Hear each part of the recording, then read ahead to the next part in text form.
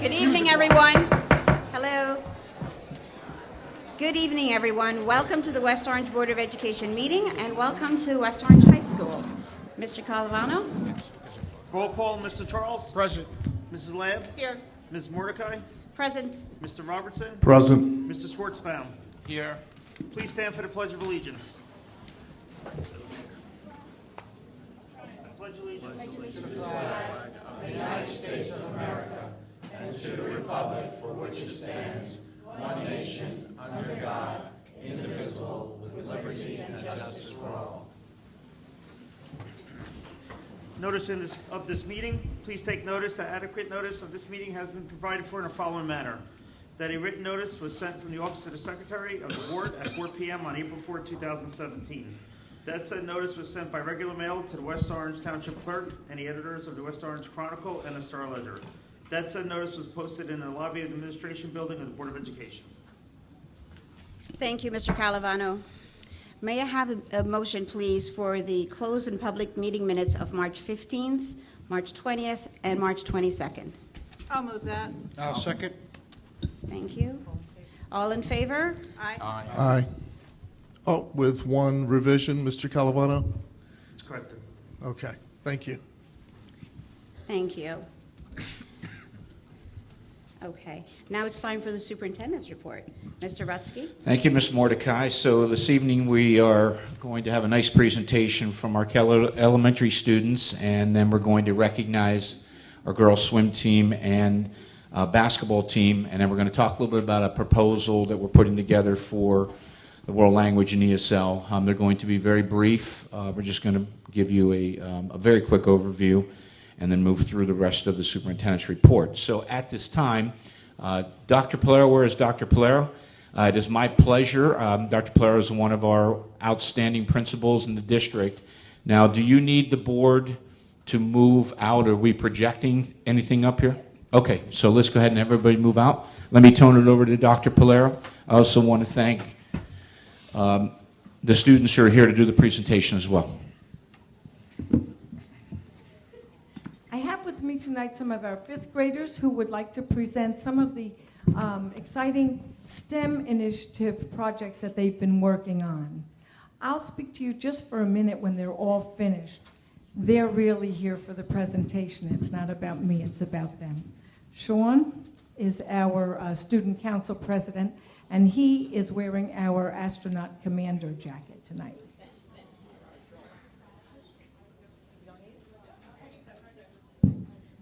Good evening. I'm Sean. Oh, sorry. Good evening. I'm Sean Harrington. There's LJ Hines, Desiree Herring-Drummond, and Elena George, and we're here tonight to tell you a little bit about what we are doing as fifth graders at Kelly Elementary School as a result of anonymous benefactors associated with our renaming. It is close to the 1-year anniversary of becoming Kelly Elementary, and we are certainly learning like astronauts.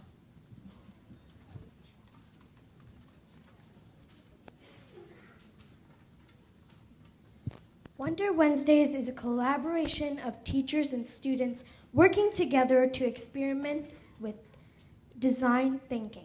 Our fifth grade teachers, Mrs. Pacifico, Miss Orange, and Mr. Carcillo, are working and planning in conjunction with Mrs. Jacopelli and Mrs. DeCosta.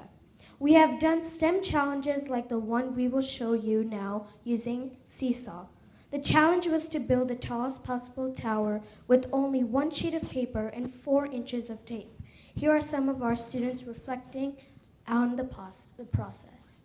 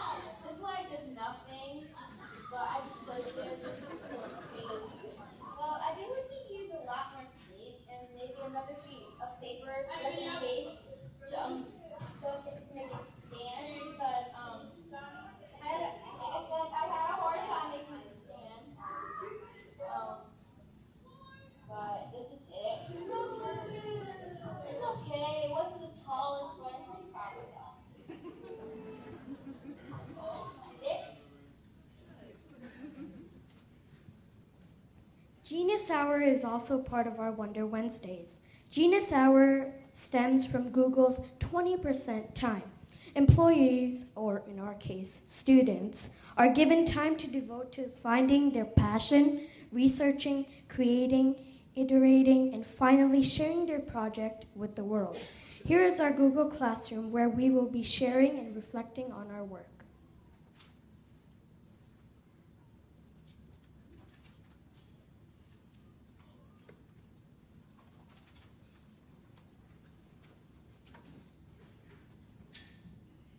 In addition to Wonder Wednesdays, the Kelly 5th grade also has a Morning Makers Club where students come to school early to make, build, create, code, or devote extra time to their Genius Hour project.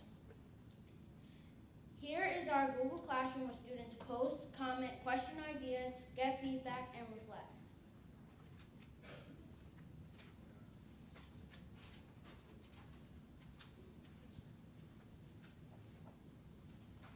Hello. Sorry. Hello, my name is LJ. In addition to Lego Robotics, we were able to purchase our tech devices like iPads, Dot and Dash, Ozobots, Makey, and one of our favorite Spheros. Please watch as I demonstrate how to code and drive these Spheros. So the Sphero is like you use your iPad and a Bluetooth to connect the Sphero to the iPad, and you're able to control or program it and like make it do like sound effects.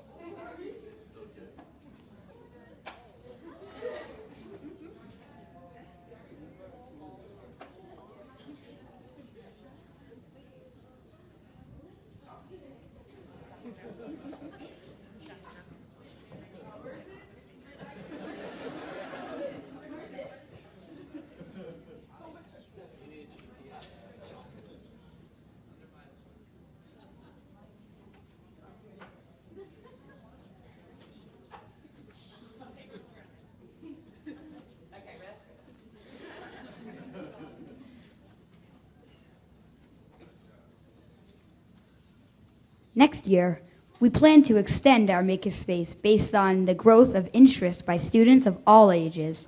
We are excited to encourage our 21st century learners and prepare them for the careers of tomorrow. Thank you.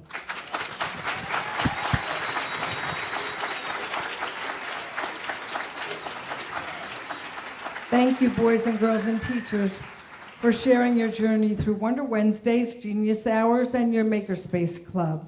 You've truly embraced our mission to learn like astronauts. You've learned an important life lesson, which I saw today in your Domino project.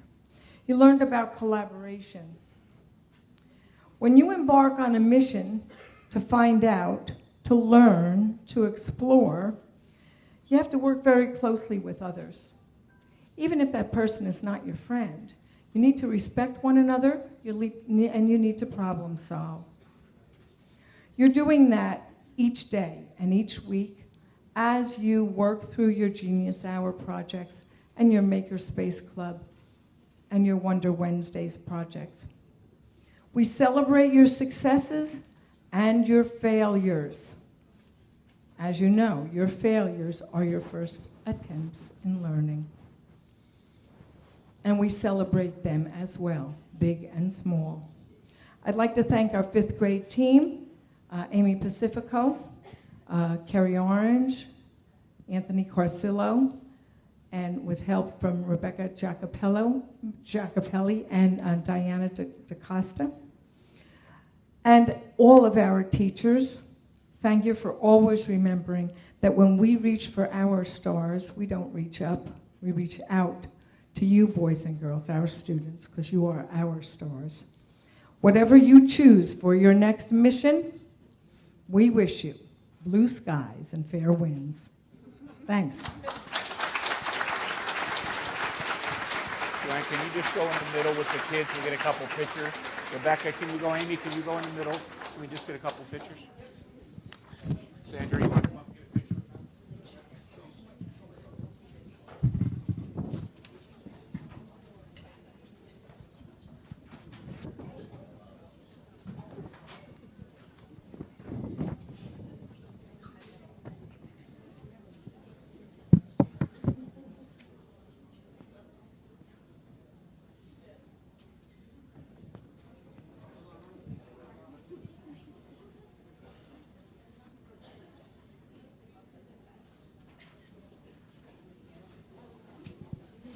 Thank you very much, boys and girls.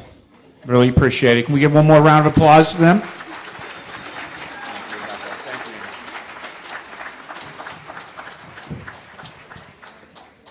Yep. Okay, can I invite the board to come back up, please?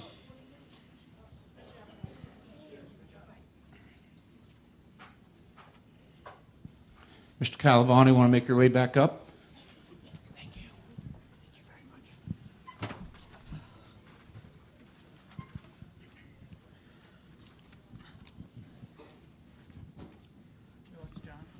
Mr. Bly, you want to come on up, please? Mr. Moore with you? Mr. Moore, you want to come up, please? It is my pleasure to recognize two very successful teams tonight. We're going to start with our girls' swim team, coached by Mark Nevada and Kayla Negron, who's the assistant coach. Can you please give a round of applause to the two coaches, please?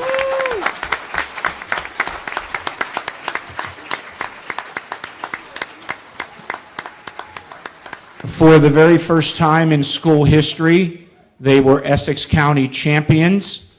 And for first time since 2003, they were the SEC champions. Congratulations.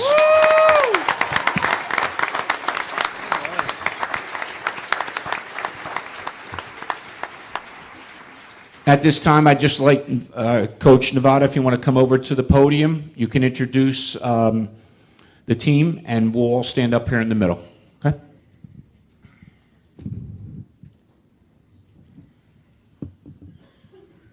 All right, this is the girls' swim team. Once again, thank you for having us. Coach Negron, thank you again. First up, Ziana Emanuel. Claudine Bernadotte, please come on up. Mr. Bly will hand you the plaques. Amy Butcher. Simone Bayoun. Alina Chant, Cecina Danny, Christina Giulio Malabre, Roba Hassan, Alexa Healy, Alexandra Kichar. It's her birthday today. Happy birthday. Serena King. Abby Lapau Macario. Senior co-captain Jennifer Lopez. Didi Mesfin. Madeline Narduzzi. Michelle Pito. Rachel Picaro. Our other senior co-captain, Narissa Santa Cruz. Woo. Melanie Smith. And Sophia Wadi. And that is our 2017 SEC Conference champions. One of them was also a junior Olympics. One of the young ladies just got a walk.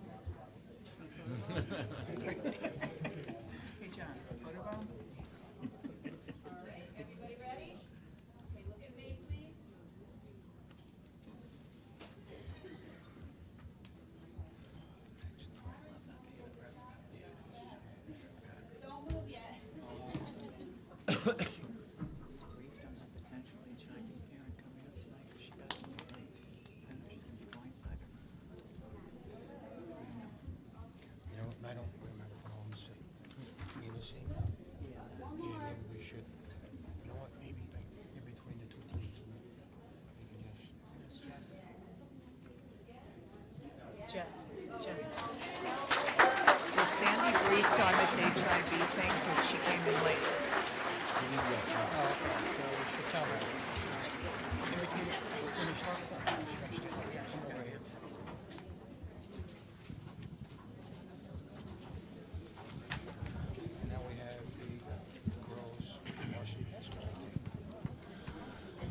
Okay, could we just give one more round of applause to our girls swimming team?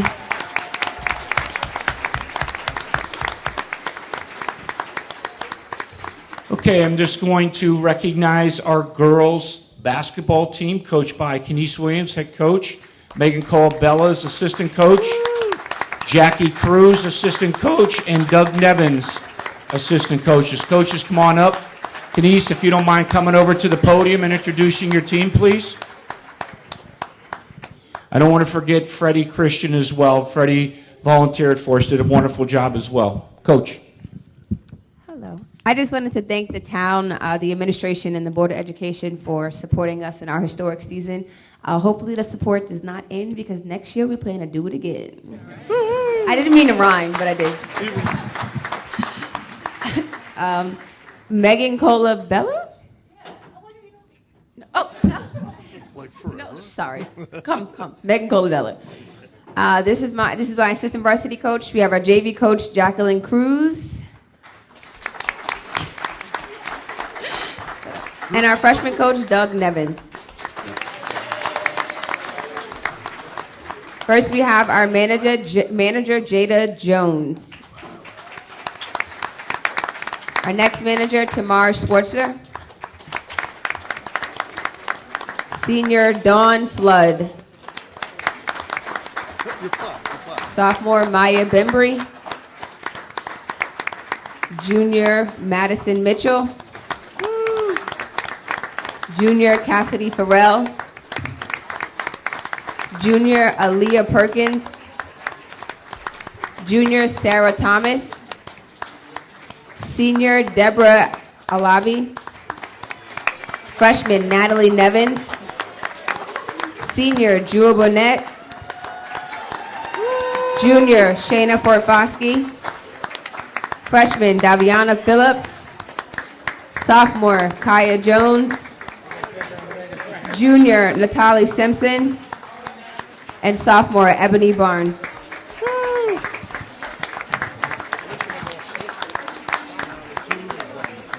Yep, and some very talented sophomores. So we're going to have a winning team for a little while.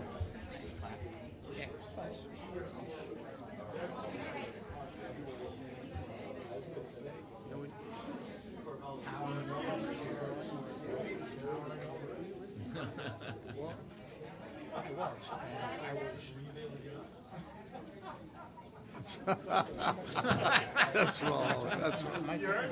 Yeah.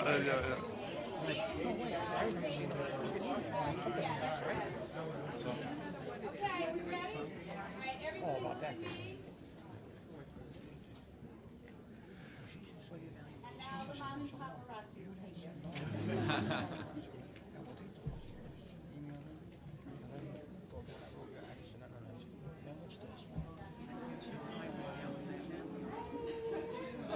Yeah, you're right.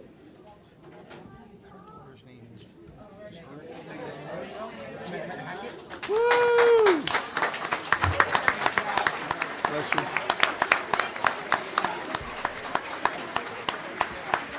Cruise missile. We get one more.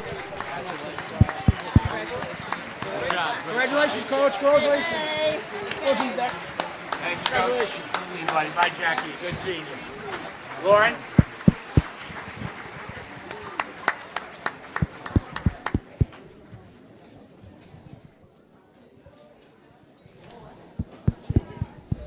Lauren? It's not working, Lauren. Okay, I read it. Lauren? Congratulations, everyone. Thank you all for being here. You're, of course, welcome to stay and for the rest of our board meeting, but I know you have homework you want to rush home to do. We'll just give you a few minutes to leave the library. Next is our world language proposal. I'd like to invite Mr. Mendez, the assistant superintendent, up to the podium. For the board members, we just want to give you a very quick overview. We've been looking at the world language program and want to provide a little bit of what we have found and what we discovered and what we're going to be continuing to work on. So let me turn it over to Mr. Mendez, please. Good evening. A primary objective of our world language program is to develop a quality program, K-12. And what we wanted to really address was meeting all of our world language proficiency expectations, meeting or exceeding the 2-year high school requirement, exploring a variety of world language options at our middle school level, providing or having access for our students to enter into advanced placement courses, and preparing for college level. When we began to examine the world language program, we really wanted to consider how long would it take students to achieve proficiency, what the state would call a novice high level of proficiency, how long they are exposed to world language and with what frequency throughout their high school experience here at World Language and West Orange. What we found was that we don't really begin a full year of world language in West Orange until 8th grade. In 7th grade, we do have an A-B exposure to Spanish. If we're looking at those 540 hours, then students may not have access to an AP course until 11th or 12th grade. And at the high school, there's only a 2-year requirement. So for them to reach that novice mid or novice high level, they may very well be in 11th or 12th grade, and that would be 4 years or 3 years of a language at the high school level, which is not a requirement. So we're not seeing the retention in the language, and we're not seeing the number of students enter into those advanced placement courses. What we proposed here then is a consideration for a phase-in so that we could begin to bring more languages down into our 6th grade. We'd like to begin to offer 2 languages at Edison instead of 1. We'd like to increase the number of time students are exposed to world language at Edison versus having a 1-quarter course. We'd like them to experience a semester course in 2 languages. At the middle school level, we'd like to bring all of the offerings into the 7th grade. This way, the students would have a greater continuum of world language experience through the middle school, find greater success as freshmen at the high school, complete an approximate 540 hours of instruction by 10th grade, and then be able to enter into AP classes by 11th or 12th grade if they so choose to. The language that we'd like to offer, in addition to Spanish, at the 6th grade level would be Mandarin. Why Mandarin? Mandarin, a Romance language like Spanish, French, or Italian, takes generally between 540 to 600 hours to reach that novice high. Mandarin, on the other hand, takes 2,200 hours. Why? Because of the introduction of the characters. They have to learn an entirely different alphabet, right? The characters, the culture, all of those things take place. Therefore, we would like to leverage an extra year to begin the character development, expose the students earlier to the Mandarin, again, exposing them to the opportunity of entering AP. Currently at the high school, over the past 4 years, the enrollment in Chinese or Mandarin has increased by 41%, in French by 8%, it's decreased in Italian by 17%, and of course increased in Spanish by 13%. We would like to continue those increases and continue to develop all of the languages and give the opportunity to the students who are enrolling in Mandarin to have greater success and reach the novice high before they graduate.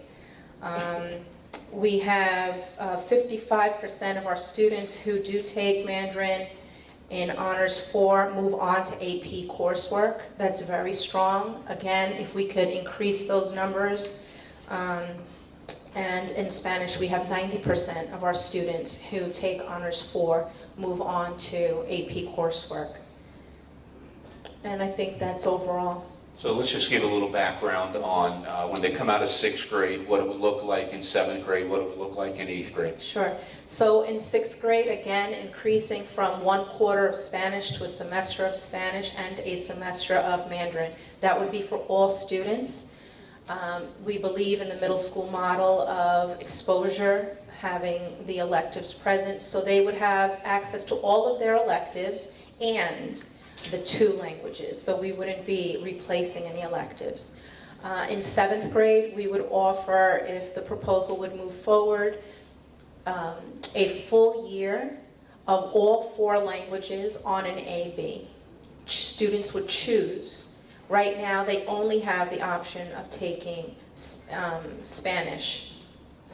In 8th grade, we would continue with a full year every day for all 4 languages.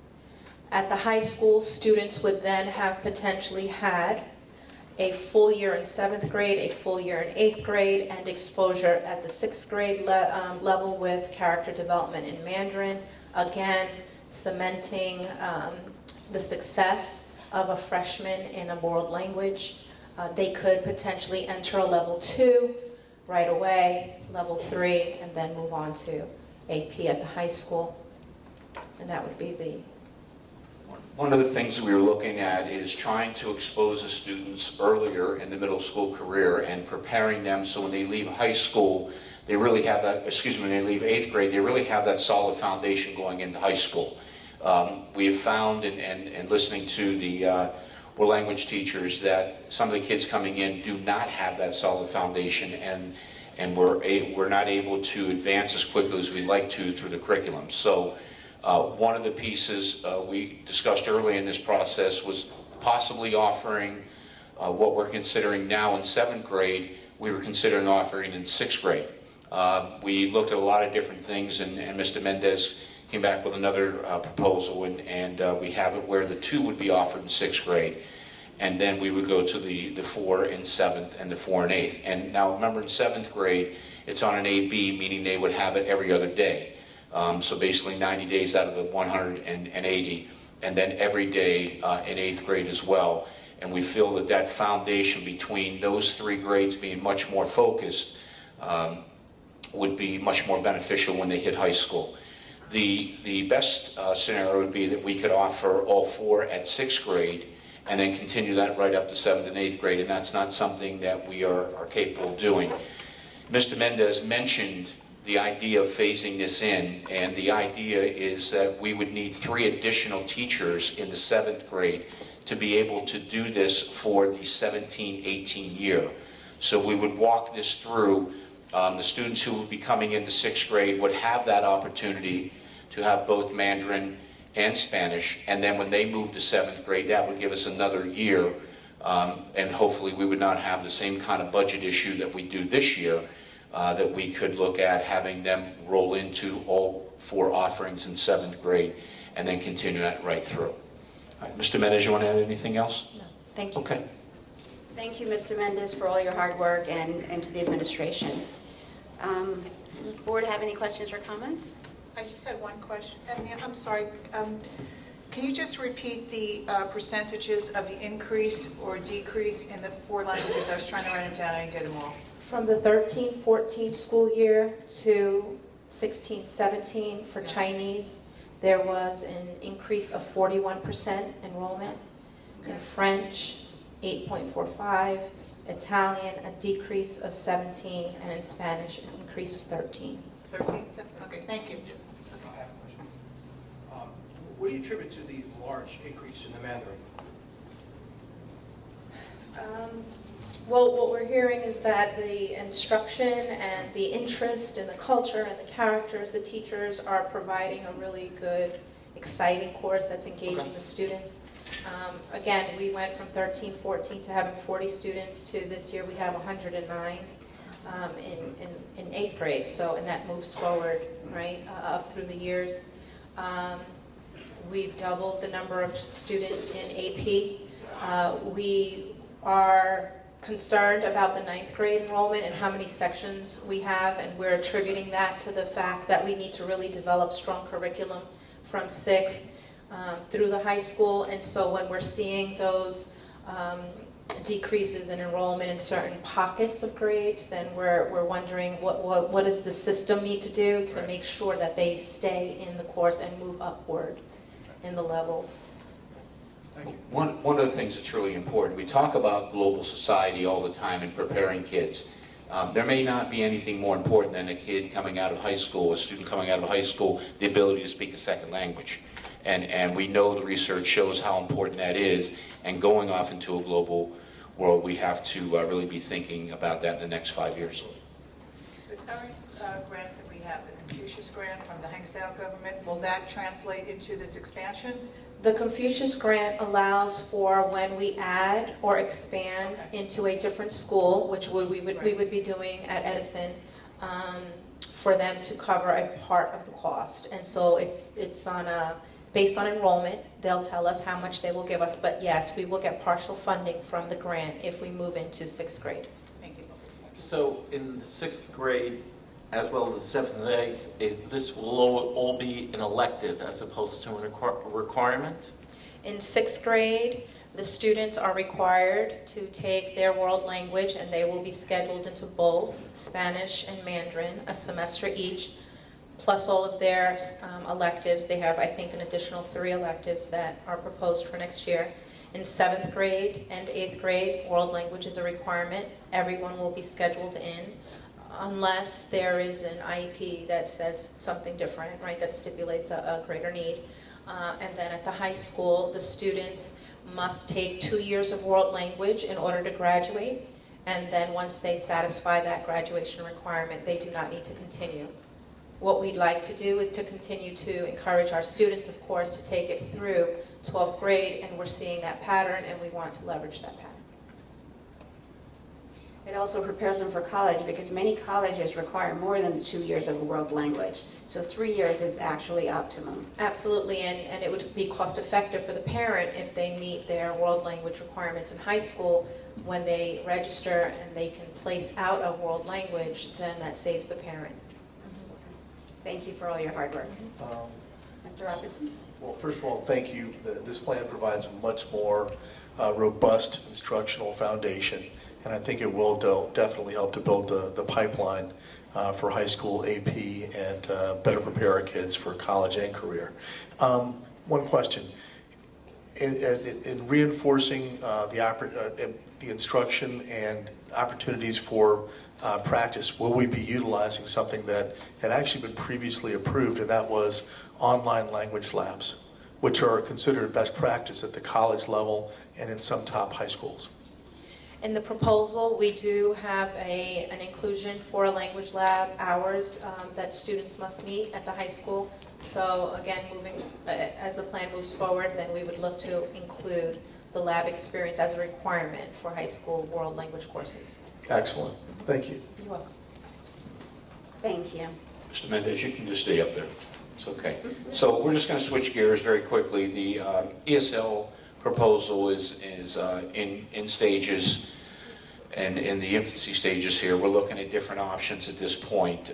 So in a little briefer time, let's just give an overview of ESL, where we are. Currently, our students in the ESL program are in their neighborhood schools, which means, I'm speaking of the elementary, they are all assigned to their home schools where they live. That enrollment is extremely low across our elementary schools. It could range between 10 to 30, 40 students in any given school. And we have those schools fully staffed, 1 teacher per school. And in some schools like Washington or Hazel, we may have 1.5 or 2 teachers. When we do that, therefore, we really need to consider an efficiency with staffing, because you may have a teacher at one elementary school who's servicing 5 students, versus a teacher at another elementary school who's servicing 40. Because the students are at different proficiency levels and grade levels, it makes it very difficult to find the efficiency with the staffing, because the teacher cannot legally pull, let's say there are 10 students in a school, but they're all in different grades, K through 5, and at varying proficiency levels. They can't bring all of those students together. So you may also have class size of 1, class size of 2. What we're looking at is our enrollment. We're looking at the possibilities of creating a type of magnet where you bring all of the students and provide the services in 2 and/or 3 schools. That way, one, you can maximize the efficiency of the staffing, and I would submit that that's the least of the importance, right? The greater importance would be to say our students are receiving instruction from staff where the schedule permits. They're not having the opportunity to sit with their peers and to learn from their peers. A second paramount concern that we have as we looked at the ESL program is that the state requires us to give all ESL students at the elementary level equal time in minutes as their ELA block. Our ELA block in K through 3 is 90 minutes. Our ELA block in grades 4 and 5 is 85 minutes. We currently offer ESL, which is the English course, for 60 minutes. So we are not in compliance. We offer those 60 minutes as a replacement, so they are not in their ESL class, in their ELA class. If we are going to offer it as a replacement, which is appropriate, then we need to have a full block, and it needs to be aligned to the WIDA standards, aligned to our ELA. Therefore, we're going to need some considerable curriculum revision. We are in the process of doing that, and we've written a proposal which you should be receiving soon to say if we continue with ESL the way it is, these are the pros and the cons, and if we considered a magnet, this is what it would look like. Questions? Thank you for all your hard work. Mr. So in regard to what's the total number of students currently enrolled in ESL? Almost 200. Divided over the 5 grades? Divided over the 7 schools. So if you were going to do a magnet, you would do it in how many schools?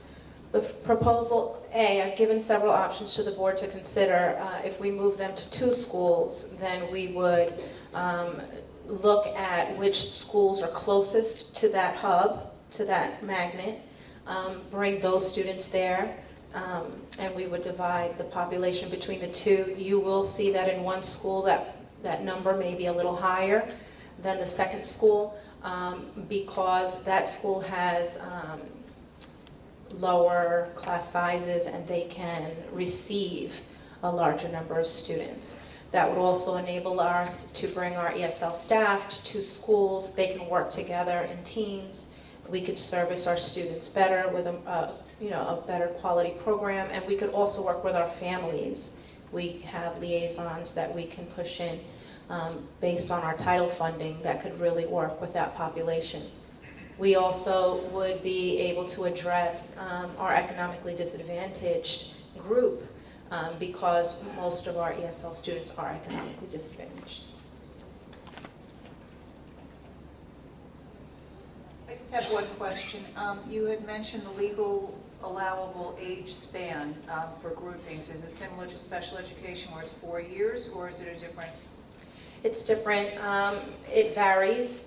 So for an example, you can group students who are in kindergarten and 1st grade. Okay. You can group students who are 1st through 3rd, which is 2 grade levels. You can group students who are in 4 and 5. You cannot group greater or differently. Okay. You can group by grade, but you shouldn't group by proficiency level. Right, so if I am in the country 1 year, then I am a level 1, so I should be serviced with my level 1 peers. I may consider at levels 3 and 4 grouping those students, and I'm within that parameter because I'm exiting the program. I am at a greater or a higher level of proficiency. Okay, thank you. Thank you, Mr. Mendez. You mentioned that the students are at neighborhood schools, but some of these schools would have to travel, so there's going to be a transportation cost associated with that.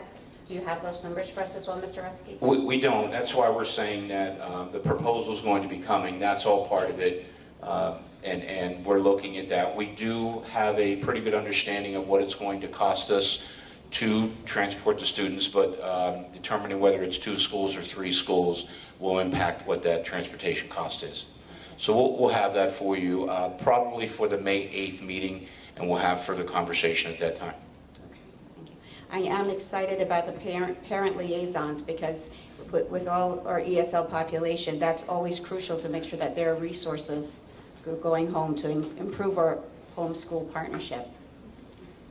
Mr. Robertson, did you? Yes. I was wondering, given that our summer breaks are about 10 weeks long, and we know that students, whether it's in English or math or pretty much everything, there's some loss of proficiency when there's no work at all during that time.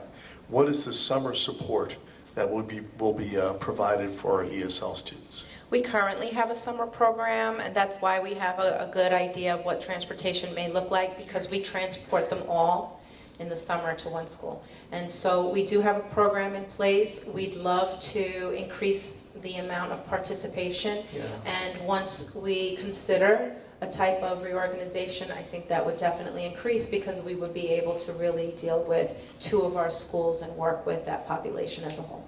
Good. What is the current summer participation? Because I had heard that it was not at the same level as during the year. I would have to get those numbers for you. I could do so and have them to you tomorrow. All right. Thank you very much. You're welcome. Mr. Charles? I have nothing. Thank you, Mr. Mendez. Okay, we're going to move on. Just want to give you the HIB report.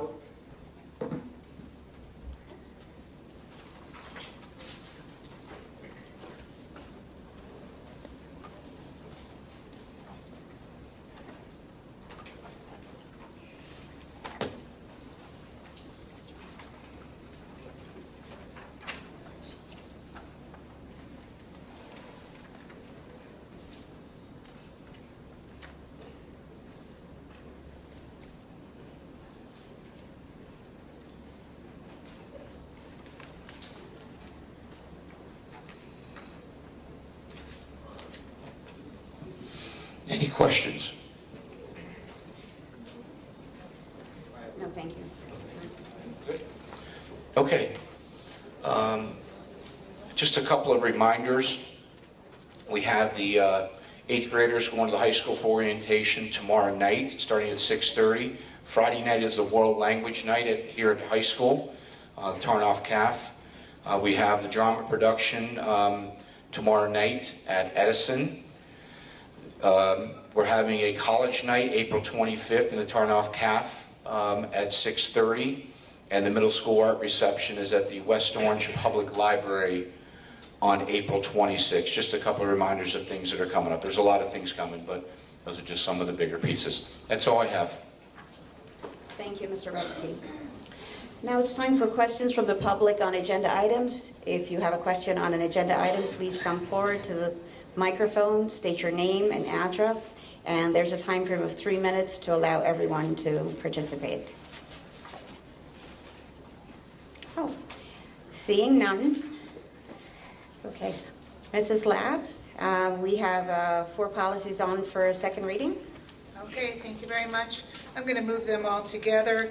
May I have a motion for Gender and Identity and Expression Policy 5145.7, Media Center / Library 6163.1, Child Study Team 6164.4, and Special Instructional Program 6171. I'll move that. Is there a second? I'll second that. I have a comment. Sure. In regard to the gender identity and expression, one of the things that I think as a board we need to get counsel. Yes, that there is a restroom and locker room accessibility, which is they choose. A person can choose based upon what their gender, what they want, which locker room they have to go, they prefer. I would just request that we have counsel give us a waiver and to make sure that we are not liable, because while the policy makes a lot of sense, one of the issues are that we are potentially opening up ourselves to issues of abuse. So I just want to make sure that as a board, we are covered legally. Specifically, what are you looking for in the waiver? Well, specifically, if someone chooses to say that they are a female who says they're a male, or a male who says they're a female, and now they're going into one of the locker rooms and they make that representation, and there are any incidents that happen, that I just want to make sure that later on that someone can come back and say that we as a board were negligent and didn't do whatever due diligence we had to do. That's all. That we would not be named in a legal lawsuit. While the policy makes a lot of sense, but it doesn't address potential litigation, and that's really where this is potentially a can of worms, because these are uncharted territories of policies and initiatives. And what I'm just concerned, again, and I don't, is that that someone says that a boy says he's a girl and chooses that, and then goes into the locker room, and then all sorts of potential issues can happen. And I just think as a board, we just need to make sure that we're not exposing ourselves, that we have to be in compliance, but we also have to be cognizant of, and I'll use the vernacular, kids will be kids. Okay, so I just want to know procedurally then, Mr. Schwartzbaum, would you like to table this until council has reviewed this? So would you like to table this until we get a ruling from our council as to a waiver? If council gives signs off, then I'm good. They did. Yeah, they did. Okay. They did. We had council review to make sure, and there was a comment, very helpful parent made a comment that the council also recognized, which made adjustments to. So yes, it's been reviewed and approved by the council. Just so people... And they're indemnifying us. That's really the concern. The concern isn't, well, we live in a very litigious society. So if one decides to ignore that we live in a litigious society, and we could ignore it and not address it, that's fine. That is a decision. A decision can always be made that let's not address it because we don't do it's sensitive.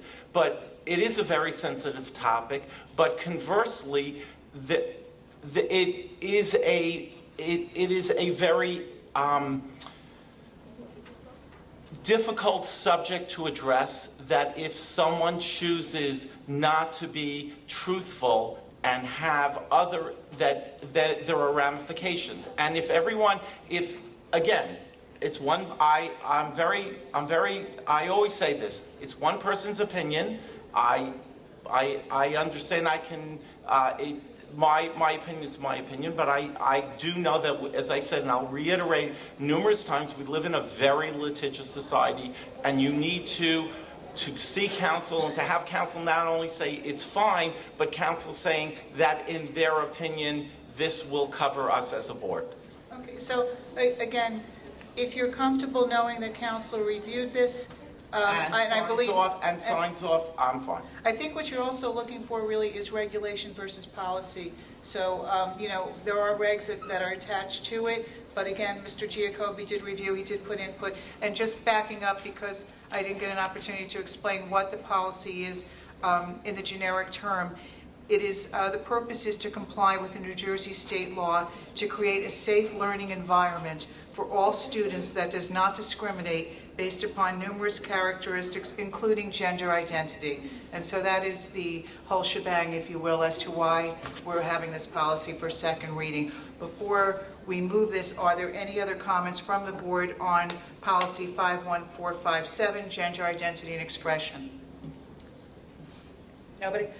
Mr. Calavano, if we could just approve them individually then, if you want to do a roll call then. Okay. Mr. Charles? Yes. Mrs. Lamb? Yes. Mr. Robertson? Yes. Vice President Schwartzbaum? Yes to everything, but not the gender identity. We're only doing the gender. No. One at a time. President Mordecai? Yes. Okay. Moving on then to Media Center / Library.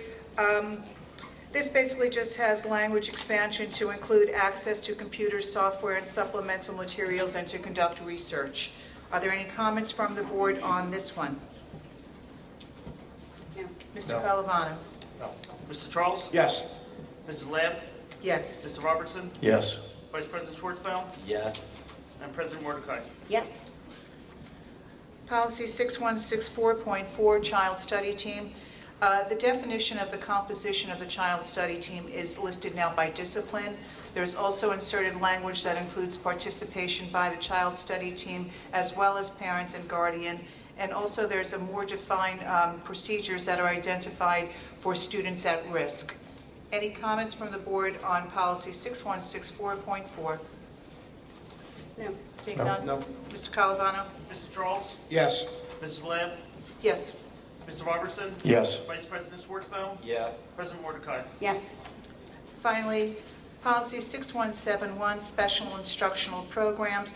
This really just has minor language changes. It's changing from labeling students to disaffected and alienated to students at risk for failure, and it's changing from limited English proficiency to English language learners.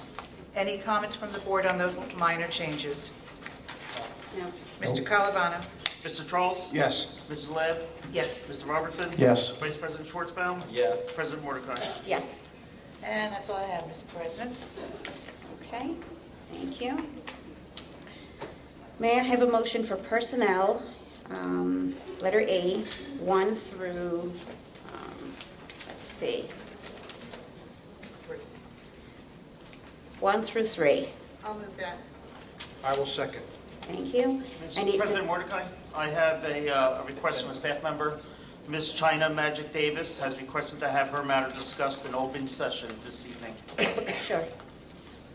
So just so everybody is clear, when Rice notice is provided, individuals have the right to request the discussion to happen in public, which it can happen. And when we're talking about personnel matters, we're talking about a non-renewal for performance-related activities.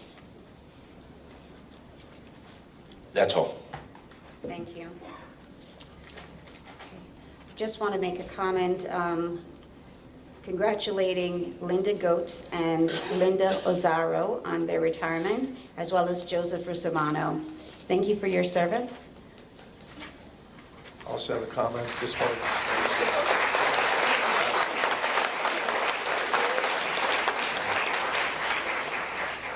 And to Joe, I've known Joe for over a decade, and he's like a combination of dad, coach, and police officer with the kids all at the same time. They all love him. All the parents love him, and he's going to be missed big time at Mount Pleasant. Absolutely. Joe, enjoy. Thank you.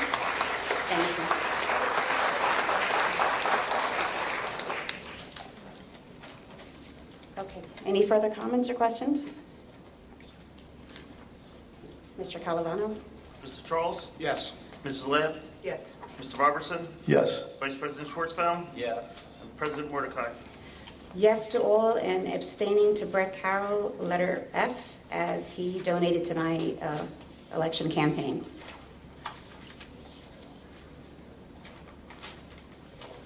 Okay.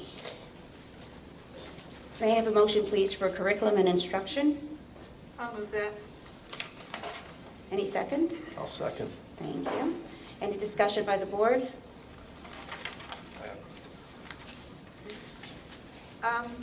Just one comment, or actually a question, Mr. Rutsky. I saw the high school football team is going to be doing something with the Special Olympics. Can you explain that? Yes, Coach Masak has asked if he could take some of his football players to the Special Olympics and volunteer their time to help. And it's an outstanding gesture, and it's going to be wonderful for the kids. So yes, we're very excited they're doing that. Great, thank you. Very nice. Okay. Mr. Calavano, go for it. Mr. Charles? Yes. Mrs. Lamb? Yes. Mr. Robertson? Yes. Vice President Schwartzbaum? Yes. President Mordecai? Yes. May I have a motion, please, for finance? Items 1 through, let's see, 1 through 5. I'll move that. Any second, please? I will second. Thank you. I have a question. Discussion by the board. Mr. Schwartz. In item number CA, there's approximately $100,000 that's unbudgeted, and as well as, this was for out-of-district placements, and as well as in the prior board, in the March 15th, there was an additional $100,000 of unbudgeted.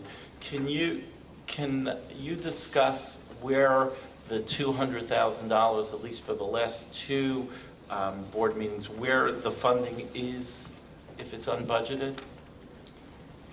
So with this evening's agenda, if you see in the middle, Greenbrook Academy, $20,000 being reimbursed by the state of New Jersey. So that doesn't come from our budget. I Excluded that? one, yes. There are five. For others, throughout the year, what you don't see is children leaving the district. So those funds, when the child leaves the district, those funds are left back in that account. And that's what compensates the unbudgeted students. So do you have where we are, we're about 75% through the year. Do you have where we are in regard to the budget line items of out-of-district placements, where we are on the budget? I have to look at it.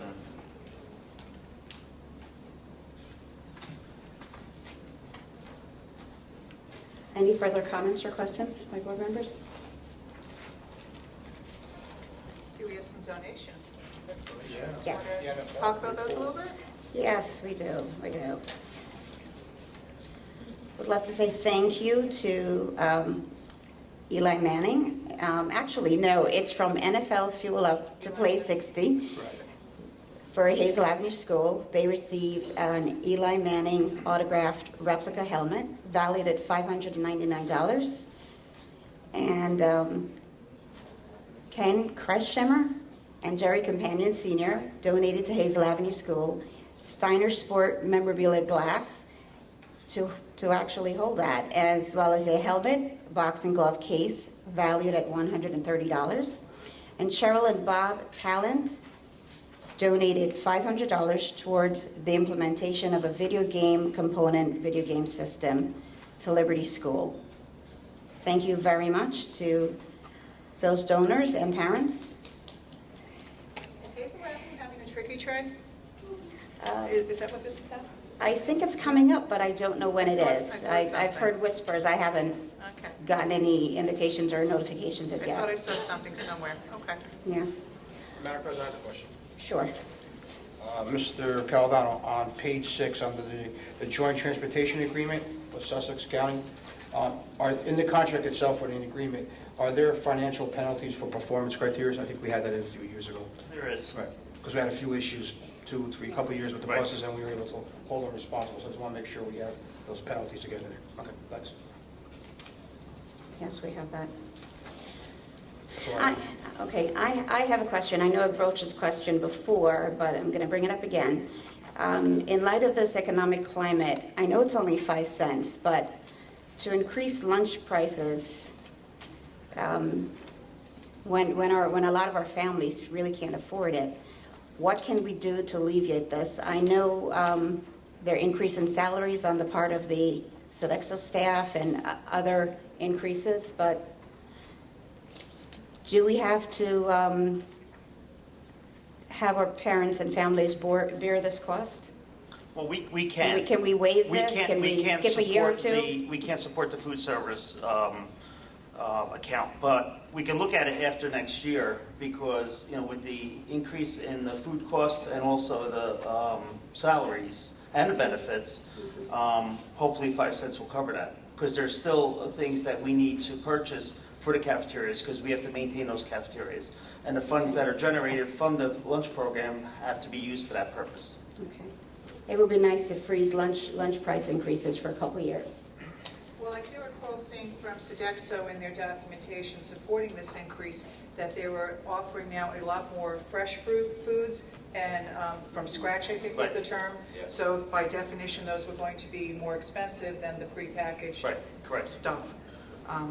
Okay, so at least it's healthier. Yeah, they do have some fresh fruit now, and I believe they have a salad bar in every school. Yes. So I knew they do have some now. Yeah, that was just my concern that We raise these prices every year, and it adds up. It's 5 cents, but it adds up, depending on how many children you have times 180 days. Okay. Mr. Calavano? Mr. Charles? Yes. Mrs. Lamb? Yes. Mr. Robertson? Yes. Vice President Schwartzbaum? Yes. President Mordecai? Yes. Okay. May I have a motion, please, for reports? I'll move that. Thank you. Second. Thank you, Mr. Schwartzbaum. Any discussion by the board? Any questions? I have none. Okay. Mr. Calavano? Mr. Charles? Yes. Mrs. Lamb? Yes. Mr. Robertson? Yes. Vice President Schwartzbaum? Yes. President Mordecai? Yes. Okay. Report from the board president and or board members. Mrs. Lab, would you like to read the resolution for letter A? I know both you, myself, and Mr. Charles have attended quite a few pedestrian safety meetings held by Ms. Roskowitz and others in the community. Well, the purpose of this resolution is to petition the Essex County freeholders to consider putting a traffic light at Alyssa Drive. Thank you. This is a long time coming. I mean, since I've been on the board, we have been trying to go through this. About a month ago, or maybe 3 weeks ago, Mr. Rutsky and I met with freeholder Len Luciano. He came to the high school at dismissal time so he can see for himself the really scary exit coming out. You have new drivers leaving this area. Well, without me going into this as a narrative, I'll read the resolution that hopefully my colleagues will pass. Also, just so you're aware, Michelle Castellino on the Town Council will also be submitting a similar resolution to her colleagues that hopefully that will pass. And what Mr. Luciano had said to us, if both resolutions pass, we are to then go to a freeholder meeting to support and petition for the county to put that light there, because this is just, well, let me read it to you. It's a little lengthy, but I think it covers all points where I drafted this.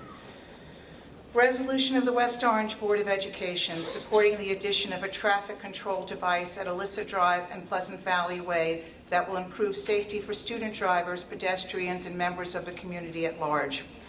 Whereas the West Orange Board of Education and Community have identified the above referenced intersection as a dangerous area for students, motorists, walkers, school buses, and bicyclists exiting Alyssa Drive, where the West Orange High School student parking lot, which is located adjacent to West Orange High School, which is a township road that intersects with the county road, Pleasant Valley Way. And whereas the West Orange Board of Education maintains that the above referenced intersection, due to the topography of the 4-lane county road, does not allow for a clear sight line of oncoming traffic. And whereas the intersection is the only area of egress for the newly licensed West Orange High School students exiting the student parking lot, as well as thousands of visitors to the campus who are not familiar with the area, including but not limited to school buses and private vehicles. And whereas 3 township facilities are also located, accessed by Alyssa Drive, which include a township playground and pond located at Degnan Park, a township recreation center that houses senior citizen activities and activities for the members of the Mayor's Program for Individuals with Disabilities located at the Toby Katz Civic Center, and township ball fields, tennis courts, and basketball courts that are actively utilized by organizations such as the West Orange Recreation Department, PAL, and the Mountaintop League, as well as private residents who must also access Alyssa Drive as the only means of ingress and egress on Pleasant Valley Way. And whereas the addition of a traffic control device will provide a much-needed safety improvement in the area and will clearly provide a much safer opportunity for newly licensed student drivers, student walkers, as well as students with disabilities and the general population of drivers, pedestrians, and bicyclists in the township of West Orange. And whereas the members of the West Orange Board of Education request that the township and county undertake the necessary traffic analysis of this location to implement the appropriate safety improvements. And whereas the members of the West Orange Board of Education unanimously support a project that will make the ingress and egress of this intersection to and from school safer. And whereas the County of Essex has already established precedence of the installation of 5 traffic lights on a short stretch of roadway, specifically between St. Cloud Avenue and Pleasant Valley Way on Northfield Avenue, also located in West Orange, by the county's recreation complex that includes a zoo, parking deck, environmental center, and skating arena. And whereas it is the board's belief that the proposed activities are consistent with the goals of the Board of Education and the community at large, and that undertaking this project would provide a significant opportunity for the County of Essex and the Township of West Orange to improve student safety. Now, therefore, be it resolved, the West Orange Board of Education fully supports the County of Essex and the Township of West Orange's efforts in conducting a traffic safety analysis that will ultimately determine that a traffic control device shall be installed to support the goals of the safety measures located near West Orange High School on a township road that intersects with a county road, namely to improve vehicle and pedestrian safety and to improve the environment for students and residents of the Township of West Orange, the County of Essex, and other users of this intersection. Thank you, Mrs. Loud. Do we have a roll call on the resolution? Somebody move it and second it. Any, I'll move it. I will second. any questions? And when can they do it? Sorry. Yes. Roll call, Mr. Calavano. Mr. Charles? Absolutely, yes. Mrs. Lab? Oh, yes. Mr. Robertson? You bet. Vice President Schwartzbaum? Yes. And President Mordecai? Yes. Now we have a second resolution on for tonight, letter B. Resolution affirming that the West Orange School District is committed to educating all children.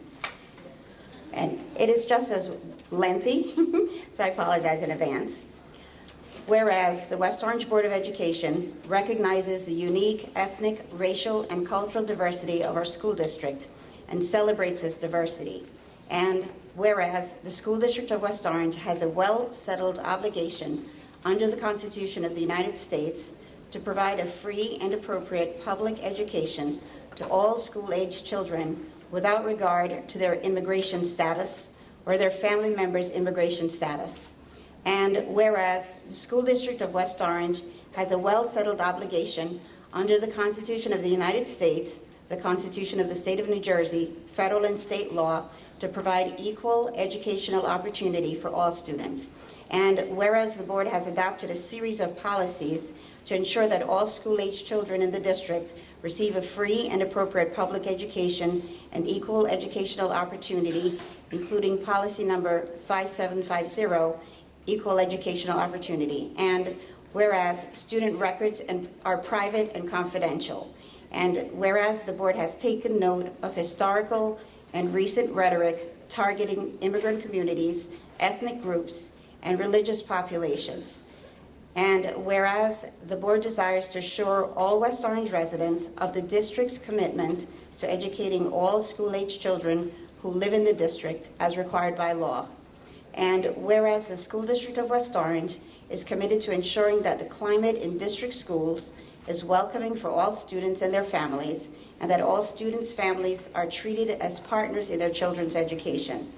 And whereas the United States Immigration and Customs Enforcement, ICE, policy characterizes public schools as sensitive locations, places where in the normal course enforcement actions should not occur. And now therefore be it resolved that while the board acknowledges the mission of law enforcement agencies charged with enforcing our nation's immigration laws, the role of the school district is to ensure the education of all school-aged children for so long as they may reside in West Orange.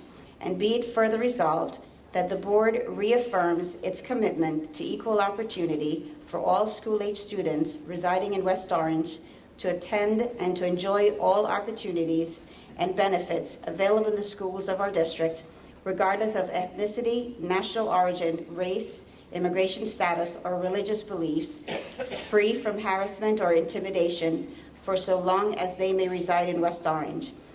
And be it further resolved that the board will protect student confidentiality and will not share private information unless required by law or a court order, and we expect all persons employed by and in the West Orange School District to protect student privacy and confidentiality as well.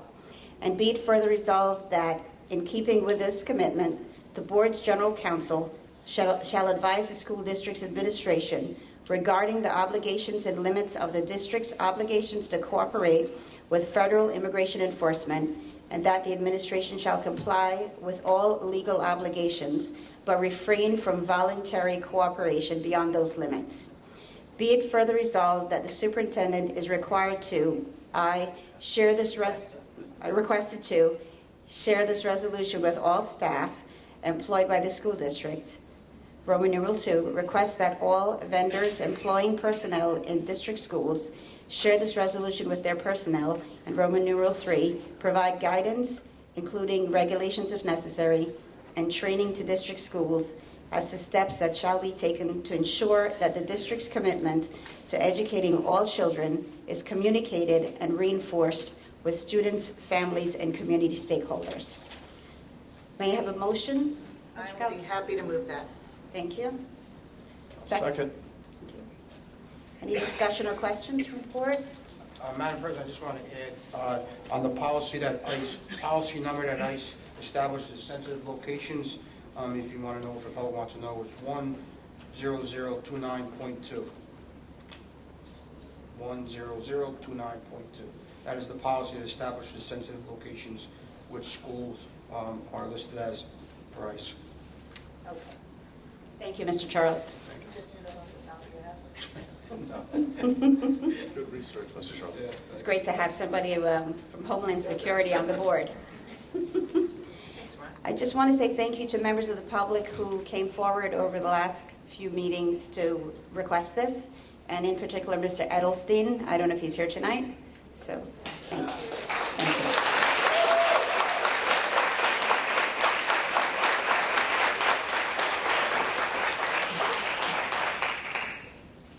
Mr. Charles? Yes. Mrs. Lab? Yes. Mr. Robertson? Yes. Vice President Schwartzbaum? Yes. President Mordecai? Yes.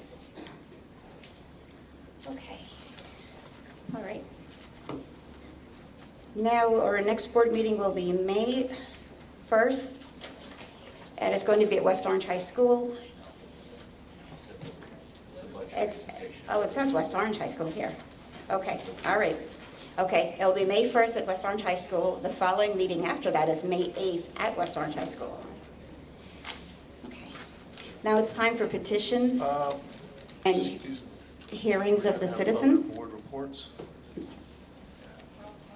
Oh, well, okay. Beyond. Because we had so many people waiting, we were going to go ahead and hear from the public. Do you have something to report, Mr. Robertson? I do, and actually Okay. I owe you thanks for reminding me earlier that this needed to be done. In a prior meeting, I raised a concern that Mrs. Mordecai has actually shared some words earlier that reminded me that I needed to review this again and do it publicly. My concern was that in the adoption, in the execution of our honors program, both the criteria and the testing, that our board, in fact, violated its own policy. One of the most fundamental responsibilities of a board is the adoption, review and adoption of curricula. That curricula that includes not only your scope and sequence, it includes articulation, and it includes assessment. Knowing what our children are being tested on, knowing what the content of the test is, and being able to review publicly the criteria for a program, whether it's that grades are not being included at all for elementary school, or only count as 20% of a rubric for middle school. It is a board process, and it's supported by board policies, that this is supposed to be reviewed, presented to us, supported by data that includes pipeline data that would help us to see how many kids we actually entered honors for middle school and high school and AP under the former system, and how many are actually entering now, which may show that we've narrowed the pipeline. We're supposed to be presented with data, information, have a discussion in your presence, and then actually vote to adopt policy. Under file code, I'm not finished. Under file code 6140, that's going to be on another agenda. No. After the honors committee has reported. Excuse me, Ms. Mordecai, I will finish my statement. I brought this up two board meetings ago. You did not inform me of any other agenda. Curriculum adoption. In furtherance of this goal, pursuant to the law, the Board of Education shall annually adopt existing courses study. Adoption includes both content and credit allocation. It includes assessment. It includes what the course of study is, goals, objectives, identifying pupils' needs, etc. Curriculum design and development. The board must adopt that too, including test content. We did not. Standards, procedures, activities, and assessments. We are supposed to do that anytime there's a change in a program or if a program is up for annual review. The board is supposed to review it and then actually adopt it or propose changes in it. This did not happen. But we do that every year. Curriculum guides, no.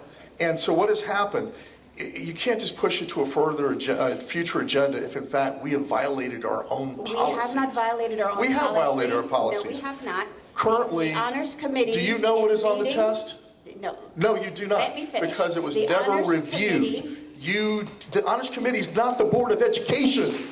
We have the responsibility to review and approve the content for testing and curricula and program criteria, and we did not. We shirked our responsibility. It is not another committee's responsibility. And according to prior process, according to prior practices, board members in the past, and you can ask Mrs. Brill about this, and I've witnessed it, actually attended the committee meetings. So we have violated past practices, we have violated our own policy, and we continue down a path where we're not only over-testing, but the board doesn't even know what the heck is on the test we're giving. Okay. Additionally, we are narrowing the pipeline for our children at a point where we should be trying to expand the pipeline and have successfully done that, getting more kids into AP, more kids into high school honors, more kids into top 10, top 20, and top 100 colleges than ever before. Now we want to narrow the pipeline. We've stood right in this very room and watched kids come up and present to the board. Kids with straight A's, and A's don't count, by the way. Kids with straight A's. Kids in HAP who said to the board, I took a math test. We've never seen anything on it before. There's a parent I met earlier this week who took her son out of our school system. He had won awards in science. He was denied getting into honors science because of the test. Eventually, after his teachers intervened against the process, because they're like, he's a great science student. What's going on here? He was allowed in. The mother said, to heck with this. He's getting out of the school system. Mr. Robertson, would you please I am making a motion. I am making a motion, and I hope to heck that somebody actually gives me a second, that the process for our current honors evaluation ceases until it is according to board process, protocol, and policy, until it has been presented appropriately to the board has reviewed it, asked questions on it, and chosen to change it or adopt it. Thank you.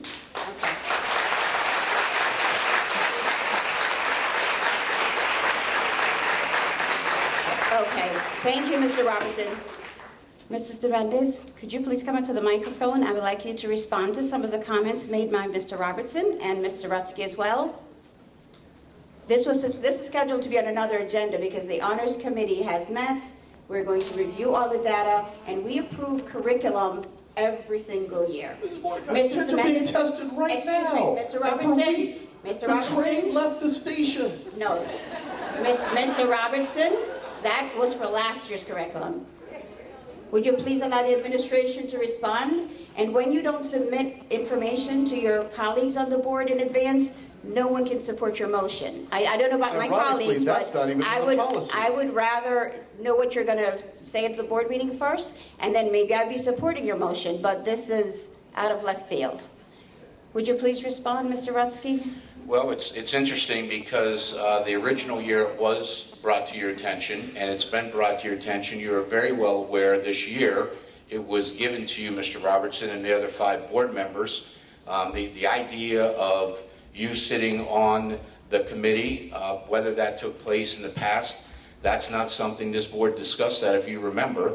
That's not something that the board wanted to happen. We talked about it during the strategic plan as well. And everybody on the board, I'm just telling you what the facts are here. So the issue is not so much about the board knowing what's on the test. That's what the supervisor's job is. That's what the teachers work with the supervisors to create the tests. And they understand what's on it because the honors teachers are working with the supervisors. So it's not that I'm creating them or Mr. Mendez is creating them. It's the supervisors along with the teachers that are looking at it. Did we have a concern last year with the math test? Yes, we admitted that. And we went back and we made sure that we fixed that so we didn't have an issue. So the idea about kids not seeing data on or seeing information that they're aware of on the test, we rectified all that. And that's the idea behind the committee doing the work that they did. But the things you're talking about here, I did send it to you. You saw what the changes were. You knew what the changes were. And there's some really fine work coming out of that committee. And that committee is made up of a lot of different individuals. Mr. Mendez, you want to add anything? Do you have a vote recorded where the board, first of all, the board was given the information as the program is already being executed? Mr. Calavano, do you have any votes on record, or anybody who's been to the board meetings or watched them on YouTube? Are there any votes on record where we've actually adopted the changes in the program? And in terms of the content of the test, that is actually part of curriculum and instruction that the board is supposed to review, approve, and then adopt. So yeah, we are supposed to know what's actually on it, because we're also supposed to lesson plans, curriculum design and development, articulation, it's all in our policies. So you're supposed to know what the hell is being tested. So Mr. Robertson, you're indicating that you think you should know exactly what the questions are on the test. Is that what you're indicating? The question types, Mr. Rutsky. The question types. Not only know, but we're supposed to approve it. That is curriculum. Okay, the role, and again, the role of the board is to approve the program, and then the administrators go ahead and implement the program, and that's exactly what has been done. Please and read all the the policy. Supervisors and teachers are helping with that process to make sure those tests are evaluating what it should be evaluating.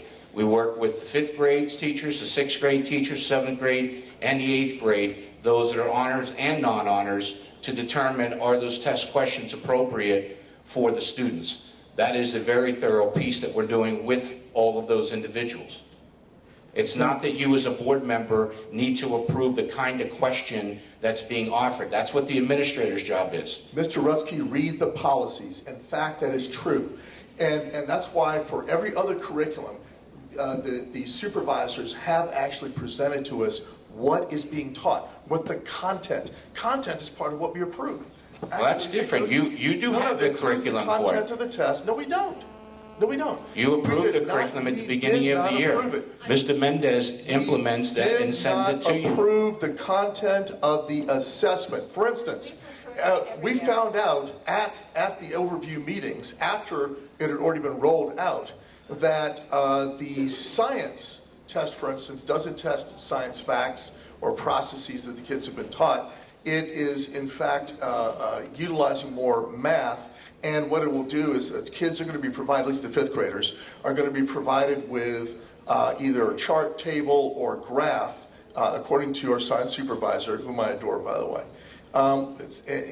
It's going to provide with a chart, table, or graph, and then the kids will interpret data. So all the stuff they've been learning all year, their actual grades, straight A kids, by the way, every year, don't make it into the program. They're not being tested necessarily on what they've actually learned. There are actual school districts in New Jersey and in New York where they have a rule that children cannot be tested on information unless it was not only taught in the classroom, but in many cases they have to be provided with what's going to be on the test. For every other assessment, both internally, and by the way, we already have standardized tests internally, the quarterly benchmarks, and externally, whether it's ASAT, PSAT, and the PARCC, kids are provided, parents are provided, teachers are provided with examples of the materials on the test. Right now, our own principals, our own teachers have no clue what's on the test. None. Well, first of all, that's 100% inaccurate, because they clearly know what they have. They're the ones that designed it, and they're the ones that have a copy. No, Mr. Robertson, we know the individuals who are part of it. The supervisors sit on it, they sit with the teachers, and they do it. We have representation to help create those questions. They know exactly what they are. Every principal in the district that has honors knows exactly what they are.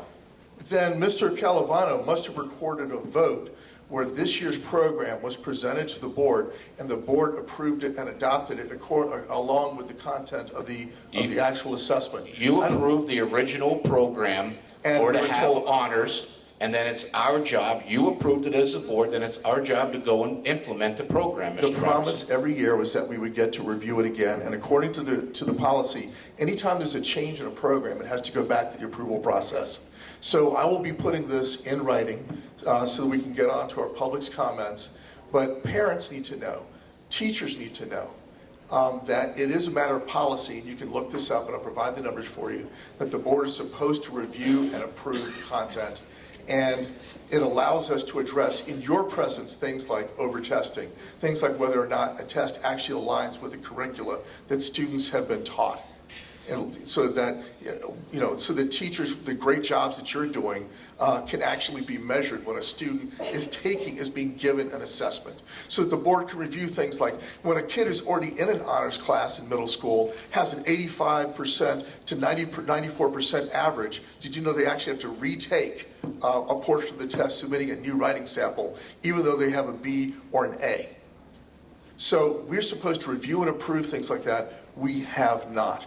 So for now, we can table this. I'll be putting this in a memoranda to the board, and I look forward to the public actually sharing comment on this, teachers sharing comment on this, because the grades that you give our children count. The grades that you give our children count, and they should be counted better and weighted more heavily, and in the case of fifth graders, weighted at all in the assessment. Thank you.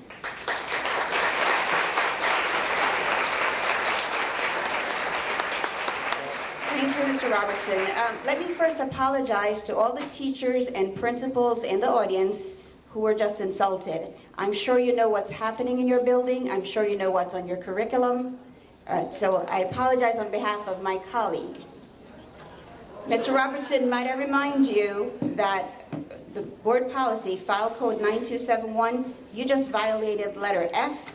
I will carry out my responsibility not to administer the schools. That's not our role. But together with my fellow board members to see that they're well run. We don't go into school buildings and tell principals and teachers what to do. That's not our role as board members. No, so it's not. I'm letting you know that you just violated letter F. I'm letting you know that you violated 4 policies. No, policy I did 6143, curriculum guides. We get to approve it. Policy 6141, curriculum development and design. We get to approve it. No, Policy 6140, curriculum adoption. We're supposed to adopt it. Policy 6143.10, lesson plans, behavioral objectives, standards, procedures, and other activities, assessments and modifications. We get to approve it. And we approve them every year. Mr. Calavano, if you could pull the vote when Mr. Robertson and the rest of us approve those policies every year. Not relation to the assessment and criteria for honors. We approve the curriculum every year. Thank you. Let's move on. Let's hear from the residents of West Orange. If anyone has any comments, please come to the microphone. Your name, address, and 3 minutes on the clock, please. Thank you. Hi. I'm Josephine Kravitz. I live at 276 Gregory Avenue, and I'm a senior. I have a couple things to say. The first is I just want to give a big shout out and congratulate all the students who participated in the West Orange High School student walkout.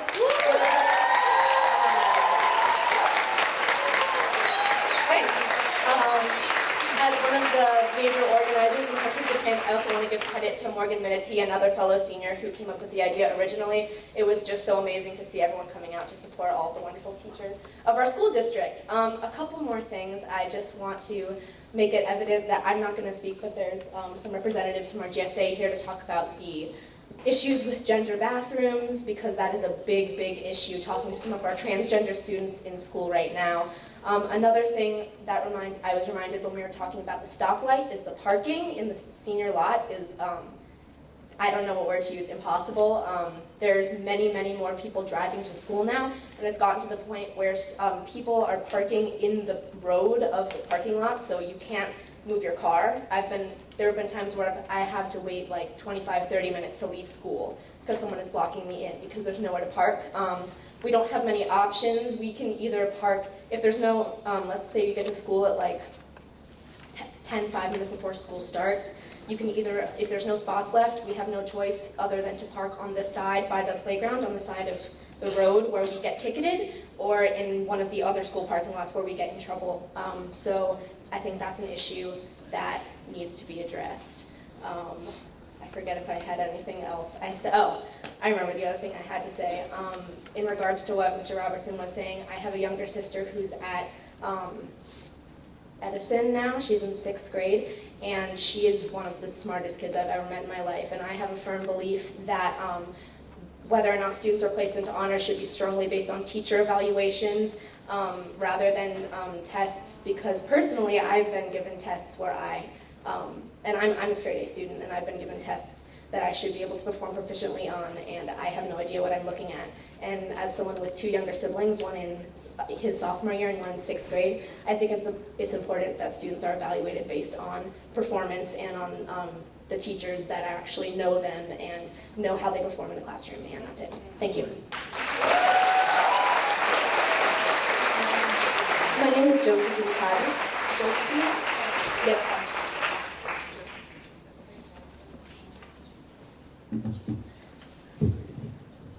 Hi, my name is Susan Pasquale. I live at 22 Overlook Avenue. I'm here tonight again in support of all these teachers.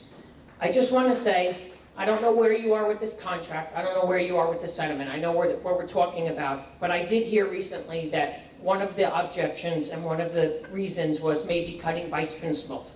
I'm here tonight to support our vice principal at Gregory School.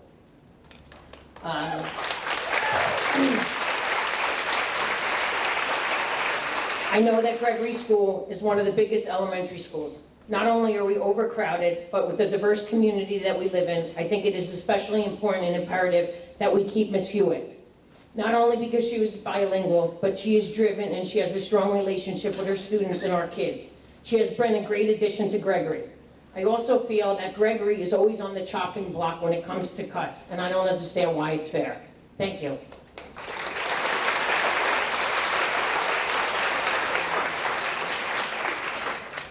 Hi, I'm Isa Abdul-Jalil. I live at 32 Harriet Street.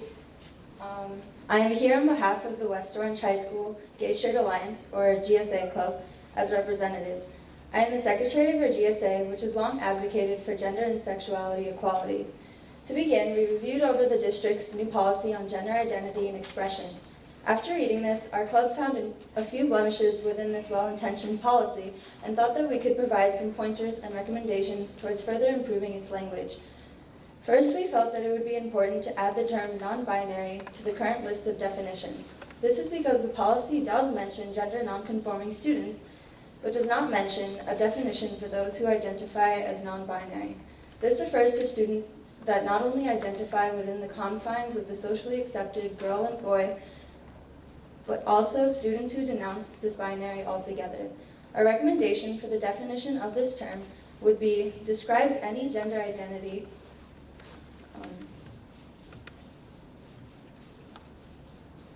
sorry, I lost my place.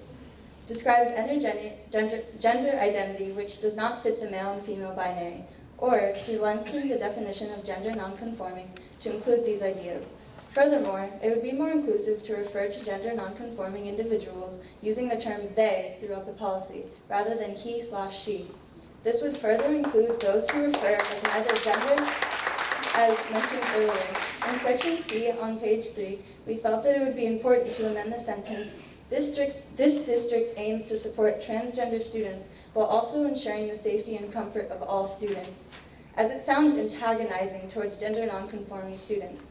This sentence can also be used as a mask by homophobic and transphobic students to disguise ignorance and disapproval with the excuse of, quote, being uncomfortable.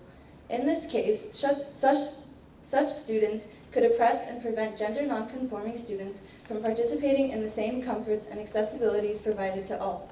Rather than submitting to such ideas, West Orange should instead foster more understanding and inclusiveness towards the various gender expressions in our community. In conclusion, gender and sexuality are multifaceted subjects with great importance to students, and, in such, must be handled with great care and attention on a case-by-case basis. We applaud West Orange on their strive for progressive and inclusive policies, and we only hope to continue to foster our community of acceptance and respect for all students.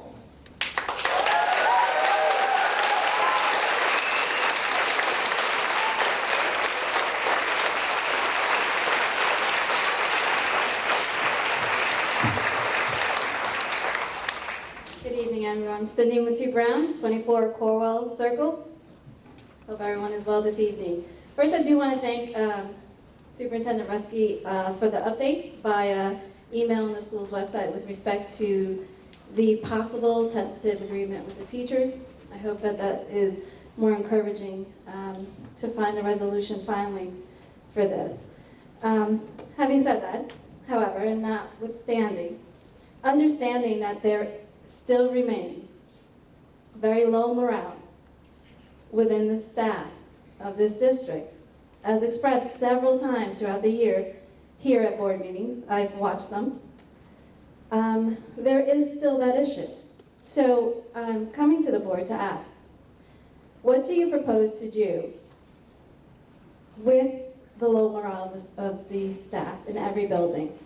If there isn't a proposition, why not? If there is, what is it? If I may suggest, there are companies out there that are independent and perhaps forming a committee of independent community members to research these companies that come into staffs and do surveys of employees and come up with a comprehensive plan for you as board members to implement, to help and assist, raise the morale in the school building, because I think it is super important that we have staff members that want to come to work. Our teachers work very hard, and they should not be subjected to environments of intimidation by this administration. Also, with respect to, I understand there's a contract renewal coming up for the superintendent. I wanted to find out, well, eventually there will be. So my question is to that. What is the implementation, or what tool do you use to evaluate the superintendent? And is there a policy that we're able to review? And is there public and parent participation in your consideration? Thank you.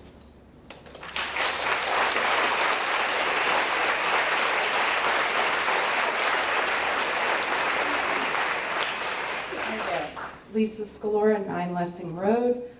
First off, I just wanted to thank the board, Mr. Moore, and our outstanding foreign language group for an amazing trip to China that my AP 5 China student just came back from.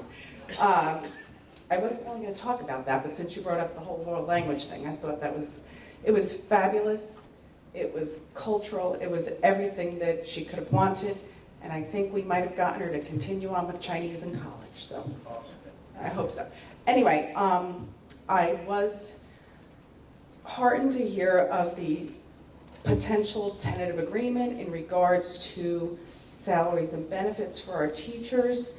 I hope that is the case, and I hope that means we're moving in a positive direction. But as a parent of 2 seniors who will be going off to college in the fall, and are currently involved in several AP classes, I am wondering what the status of the mock AP exams are, what the status of participation of faculty in graduation, and for my nephew who is a junior, what the status of letters of recommendation will be. And I hope that moving forward, I would like to know what the board's position is on this, or what exactly where we are with it, because I'm very, very concerned about my daughters who have put in so much time into their AP classes this year, not having the ability to have mock exams like all of the other students who have come before them. Thank you.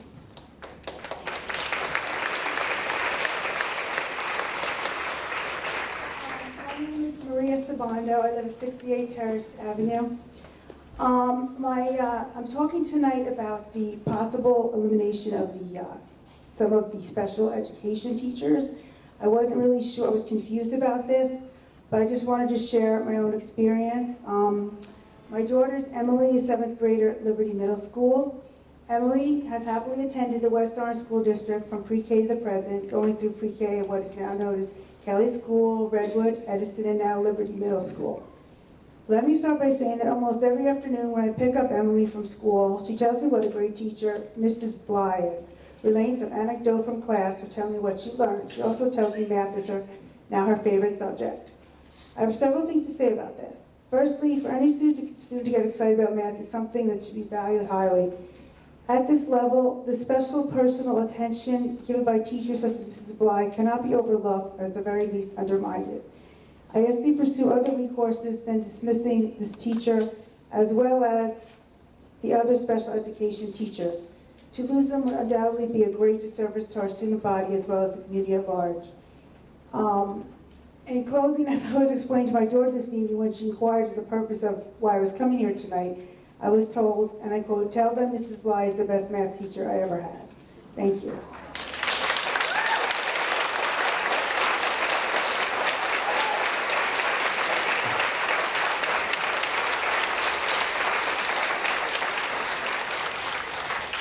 Good evening. Peter Porter, 4 Colony Drive East, Montville Township Education Association President. I've come here tonight, and I freely admit I'm embarrassed to have to stand here. I serve in Morris County, where we continually have to battle a resistance to teachers and what they bring to the table. And I've always been proud of the fact that I lived in Essex County, where we showed respect and we appreciated those that served in educational capacity. To have my wife call me 2 months ago while I was in the middle of a meeting with my own association and tell me what the heck is going on, why are the teachers standing in the streets, was despicable.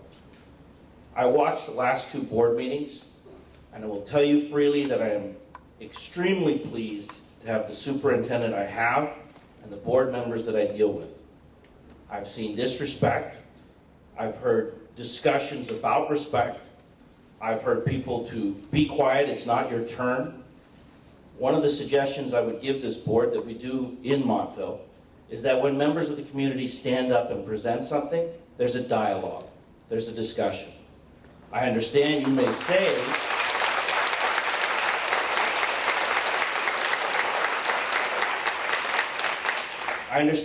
say, you use this to make sure that everybody gets their chance to speak, but I would encourage you instead to engage the public in dialogue, to go over events and have the give and take, which I heard in the February board meeting directed to Mark, it's not your turn. I would also point out, Ms. Lau, that when you talk about disrespect, teachers that go without a contract for 2 years, that's the ultimate disrespect. Thank you.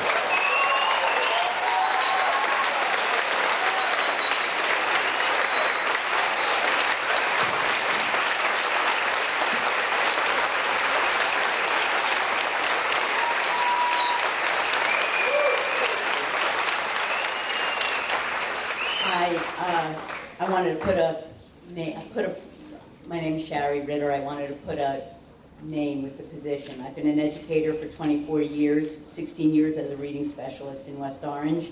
I love what I do, and I believe in strong public schools. I was thinking about using a great literary quote that I might have hanging around in my room right now, but instead I'm going to share a quote that I have written down in my room, spoken by one of my students. Here it is. It's simple. I didn't understand it the first time I read it, so I read it again. It sounds simple, but that's the kind of thing that builds a strong reader. Besides raising 2 daughters, nothing has brought me more pride in this profession. I consider it a privilege to work with young people from 5 to 10 years old, helping them to build a solid foundation as readers and writers and thinkers, people that think critically, people that know the power of words, people that know that they need to read it a second time. In addition to working with students, I also support, collaborate, and learn with my colleagues, both in my building and throughout the district, providing professional development, facilitating programs, and supporting district initiatives. I think that positions which provide support to students and teachers alike are part of what makes West Orange a strong public school. Thank you.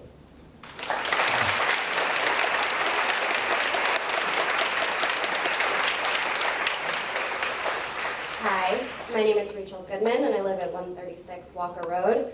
I'm up here today because I heard that all of the library specialists received rice letters, and I think it would be an extreme disservice to the students. I mean, I graduated from West Orange High School in 2010, and it would be an extreme disservice because I work with college professors every day. I'm an assistant editor at W.W. Norton.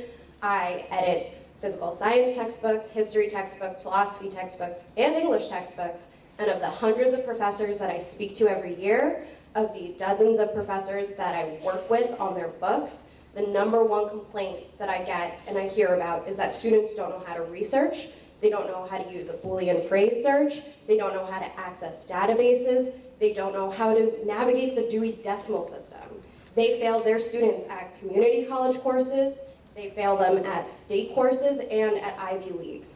And it's not just smart students, it's any student has the potential to fail if they don't know how to write a 20-page research paper. And regular teachers just don't have the time in their classroom to devote to that, and they need library specialists in every school at all levels. And as someone who works with higher education, I know that that's one of the biggest detriments, and you can't pride yourselves in sending kids off to Ivy Leagues if they're going to fail out. So I think that you should rescind those rice letters and do whatever you can to protect library specialists, because they are important and they're going to make a difference for higher education, whether they're going on to a bachelor's in arts or a bachelor's in science, because science students have to write research papers too. Thank you.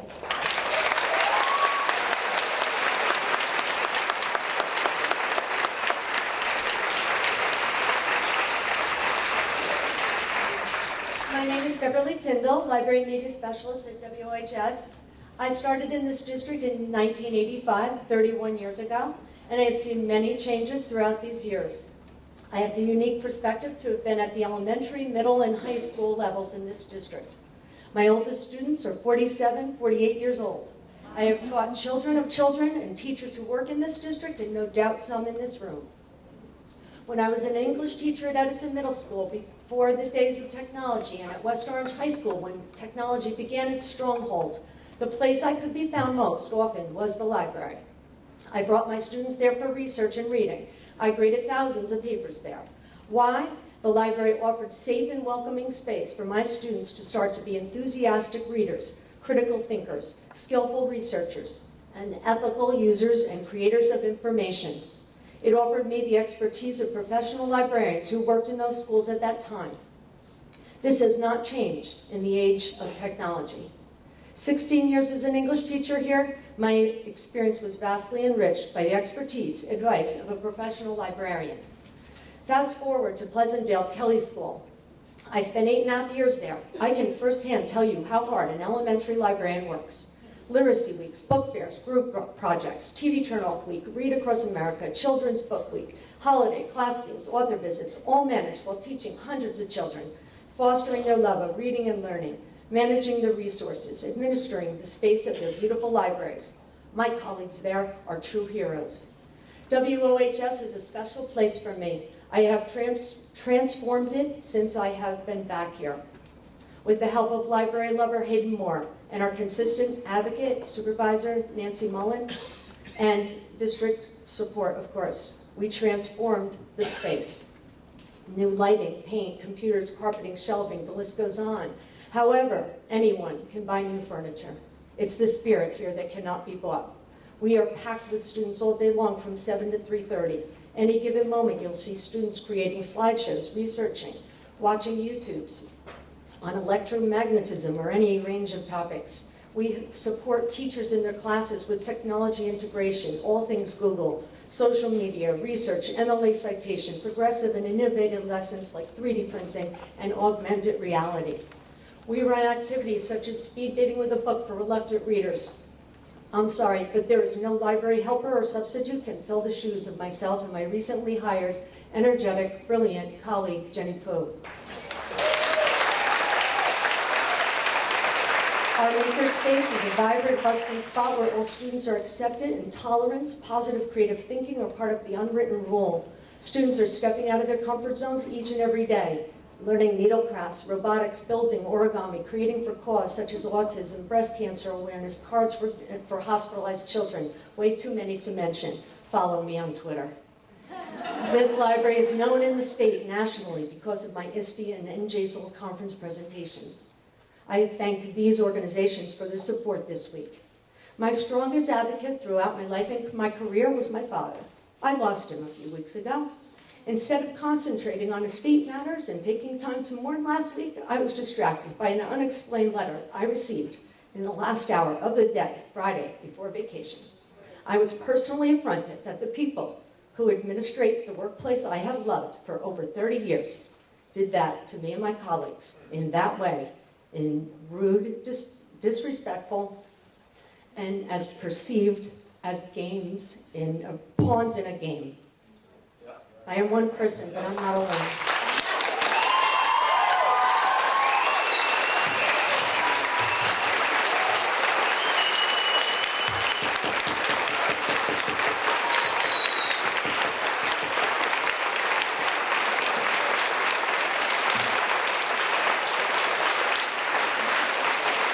My name is Lisa Tuzel. I live at 15 Porter Road. Tonight I'm here as an educator who touches every facet of the student and teacher population in my school. I am able to interact with every student. I collaborate with every teacher in my building. Not every educator can say that. We as library media specialists have absorbed a 7-hour workday taking on the responsibilities of our administrative aide position, a position that was eliminated, while all the while instructing our students, co-teaching with our faculty, and supporting our administrators, teachers, and staff. I do this because I'm passionate about what I do. Educators that have that passion stay with you. As a child going through the same school district, I remember teachers that inspired me. Mr. Harry Conné, the librarian at Roosevelt Junior High, was my model to follow the career path I have. Ms. Ruth Legow, an English teacher at West Orange High School, instilled a passion for literature in me. Mrs. Marks and Miss Gertrude Heyman at Hazel were strong, passionate educators. Their lessons remain with me today. I am here to advocate, as many have advocated for me this week, for 3 such passionate educators in my building. In particular, I speak of Liberty's assistant principal, Michelle Martino, one of our spec ed math teachers, Elena Bly, and SAC counselor Heather Nover. These women are passionate educators that come to school each day, ready, willing, and able to help our students, our children, be the best they can be.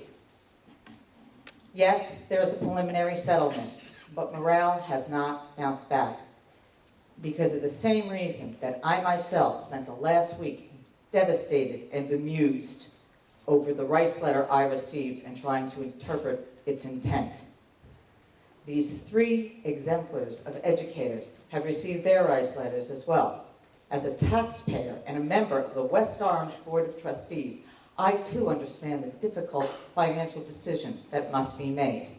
Don't make the decision to take these educators out of the classroom and school. These are people on the front line. They matter because the students matter to them. As a taxpayer, I agree, we can reform taxes in this town in many ways, Eliminating educators in the field is not the way.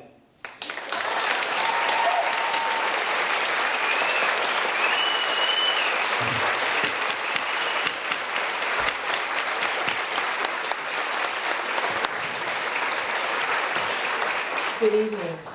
My name is Julie Matz, and I've had the pleasure of serving for the last 5 years as the librarian at Gregory Elementary. I first want to thank all of the staff and community members and the members of our professional library community who have really showered us with support and respect for our library program, especially over this last very difficult week. Yesterday's public announcement by Superintendent Rutsky securing the library program was certainly good news and a huge sigh of relief. The events that led up to it, however, could be viewed and were viewed as demoralizing and disrespectful. While we understand the hard choices board members and district administrators have to make when they weigh programmatic priorities against financial constraints, we have to say that the manner in which these hard decisions were communicated to the librarians and other staff was at the least confusing. When I need to demonstrate how to show respect to students in the library, I ask the students to ask themselves, what would Ms. Matz do?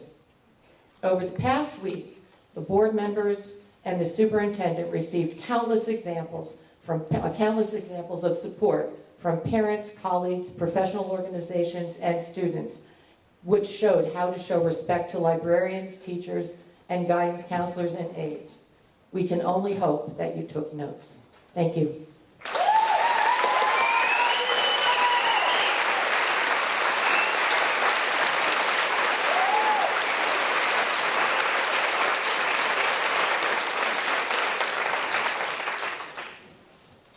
Hi, my name is David Sayre. I've been a social studies teacher here at the high school for the past 18 years. First, I want to say that I am happy that the contract negotiations are hopefully nearing a conclusion that will be fair for all. Hopefully also the budget process will soon conclude in a way that will continue to support the high quality of education that we all work so hard to create together as a community of educators, parents, elected officials, and citizens who see the value of supporting the highest quality of education, whether they currently have students in our schools or not. I also look forward to beginning a process of restoring mutual trust and respect, along with our old but flagging sense that the policymakers in West Orange are fully committed to creating, with the community of educators and parents, the highest quality of education that West Orange can have. This will not be an easy process. I will not take time to catalog the many specific ways in which the educational professionals of West Orange have felt disrespected over the last several years. I will give only one example to demonstrate just how far we may still have to go.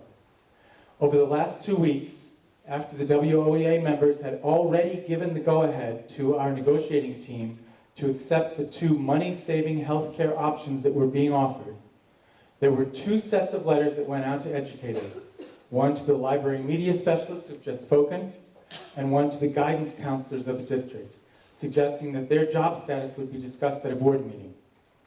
Sending these letters, along with statements on our district website and in previous board meetings, did indeed send a message. The message we received, whether intended or not, was that essential, valuable educational personnel, people who dedicate their professional lives to reaching out to support and guide our students, their parents, and their teachers, were being used as pawns in the bargaining chess game. Perhaps, as I said, this was not the message that was intended. I hope not. But it is the message that was received.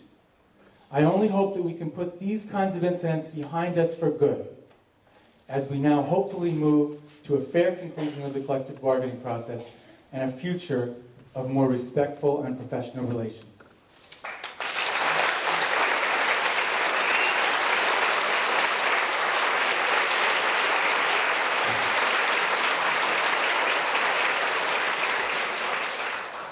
Janine Sullivan, teacher of language arts at West Orange High School. I'm here tonight on one foot to express my deepest professional respect and admiration for the heart of West Orange High School Ms. Bev Tyndall and Ms. Jenny Pooh, our brilliant library media specialists.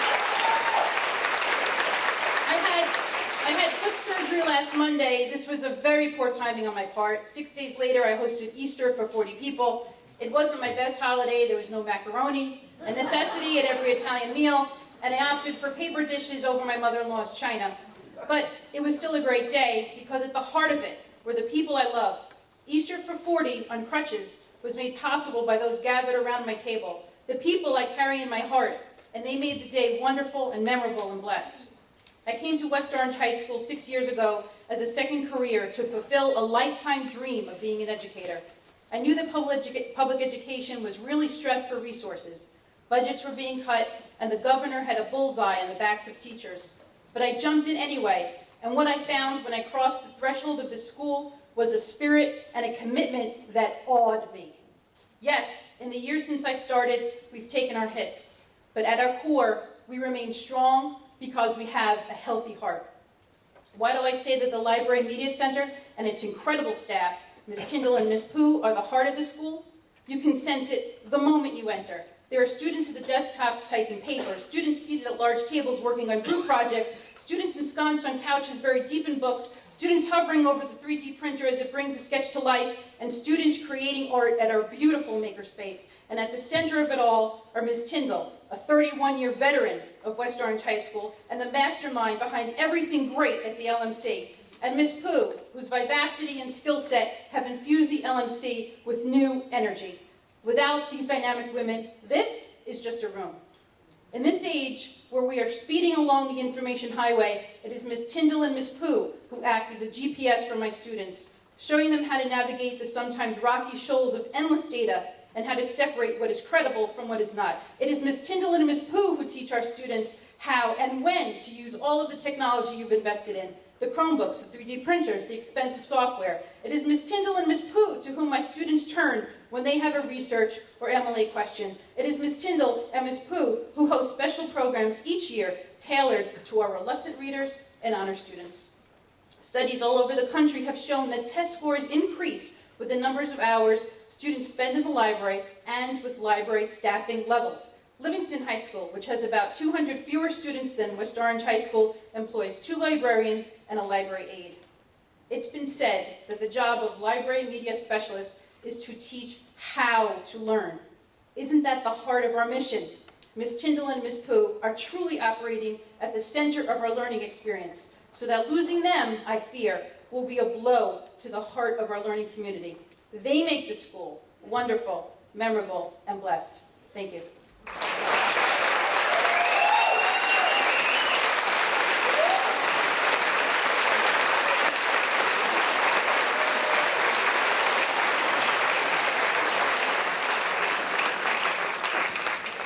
Hi, my name is Stacy Mazzola. I'm here to speak on behalf of some of my colleagues who received Bryce letters 2 days before spring break, one of which, Michelle Martino, who is our vice principal at Liberty.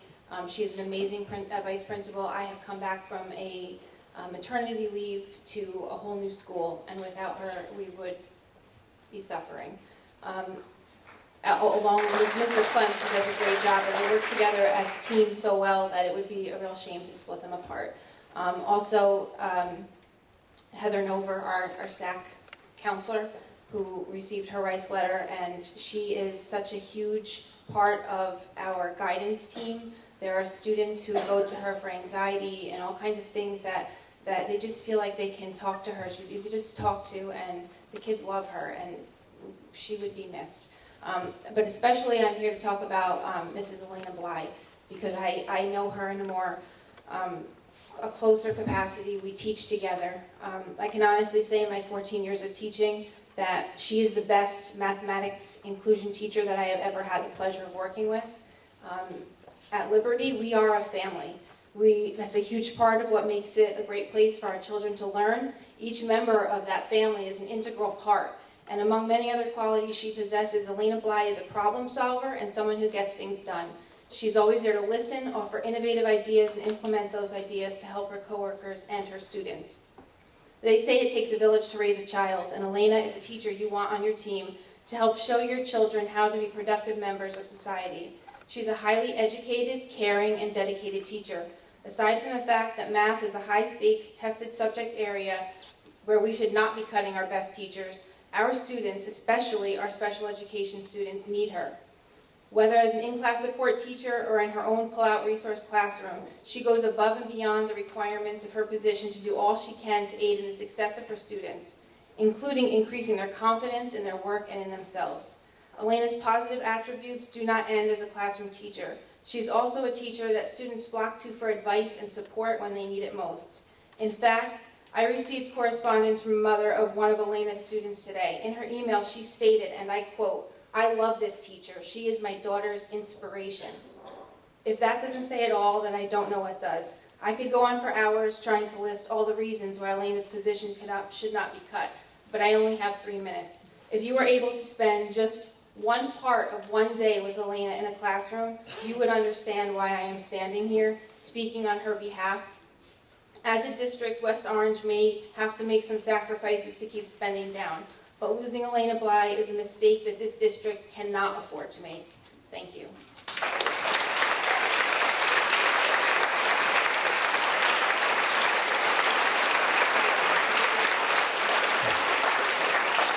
Good evening. My name is Sue Polka, and I am a 7th grade math teacher at Liberty Middle School.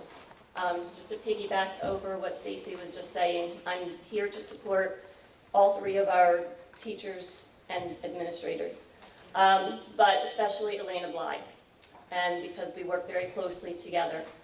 Having now taught in West Orange for over 20 years, I've had a lot of inclusion classes.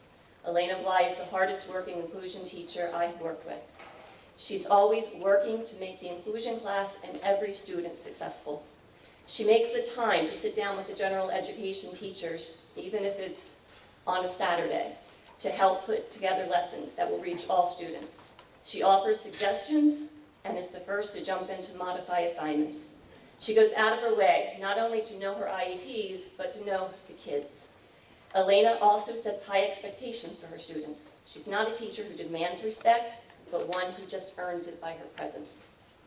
Elena has students who will come to her for help in math and beyond. This is very important in middle school, where we see our students encounter all sorts of issues. If she suspects something is wrong, she doesn't turn away. She gets up and she gets the job done. I can keep going, but the bottom line is that if you must get rid of a position, why choose a teacher who goes above and beyond? And why eliminate math, special ed position, when we are always concerned about our math grades?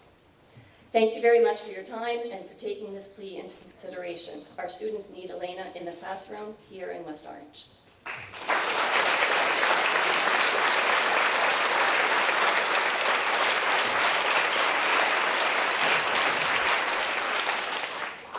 Good evening. My name is Kevin Riley, and I'm a teacher in the district since 1981. I felt compelled to speak tonight on behalf of and in support of all the instructional assistants in our district after the recent dismissal of several aides that I have worked with and have learned from. This is actually the first time in 36 years of employment that I've sought to address the Board of Education. Thank you to WA President Mark Maniscalco for inviting me to speak tonight. In my capacity as an adapted physical education teacher the past 15 years, I have seen up close what it takes to be an instructional assistant. Trust me, it's not an easy position. Instructional assistants are the lifeline, the boots on the ground, so to speak, for all our efforts with special needs students. If we are to continue as a district to be a beacon of light in special education, we need to do the right thing for this valuable segment of our professional staff. Those of us like myself and all other special ed staff derive great satisfaction and develop a sense of commitment to our work with disabled youngsters. In speaking today with a certain instructional assistant, she said that the aides as a whole feel expendable as far as job security. That's a horrible word.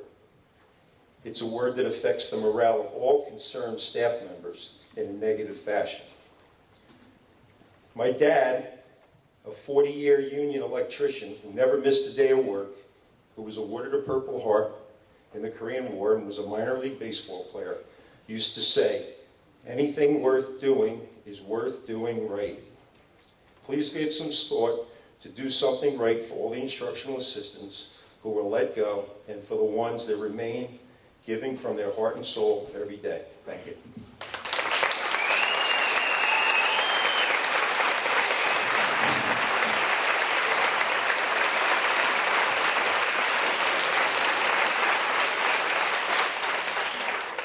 Hi, my name is Tanya Thomasy. I am a 23-year resident at 8 Yale Terrace in West Orange, and I am an employee of the district.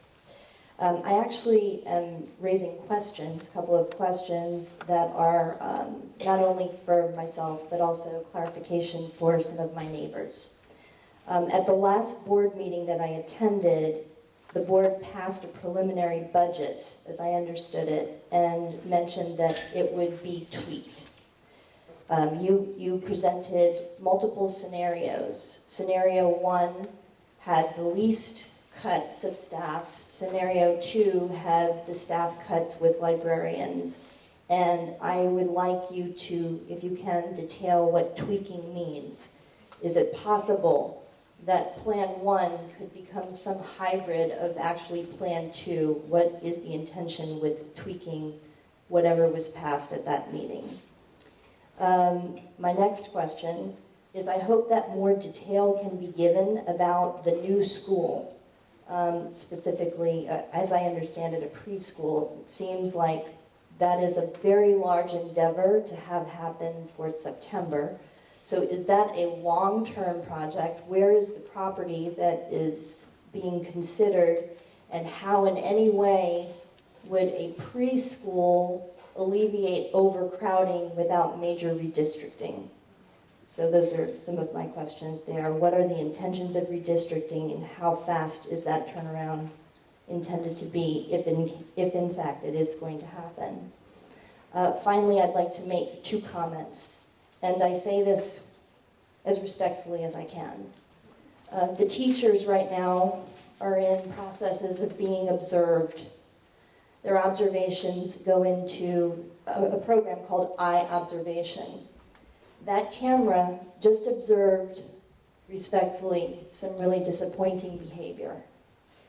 I am sure teachers would have been taken to task for the kind of exchange that I just witnessed from the Board of Education. I just urge calmness. I think this whole nation can use calmness. And I would also like to say that I have also received a Rice letter, and I accept that Rice letter for what it is. I understand that you must discuss all positions. So I'm not going to add emotion. I think that it actually is a disservice, the emotion that sometimes I see in exchange for people's lives. My last comment is that I stand as the technology integration specialist in a really unique position of being able to go into all 11 schools. It's like stepping into 11 different countries. And I have to say that the librarians, the library media specialists, the guidance counselors are exceptional educators who are detectives in their own right.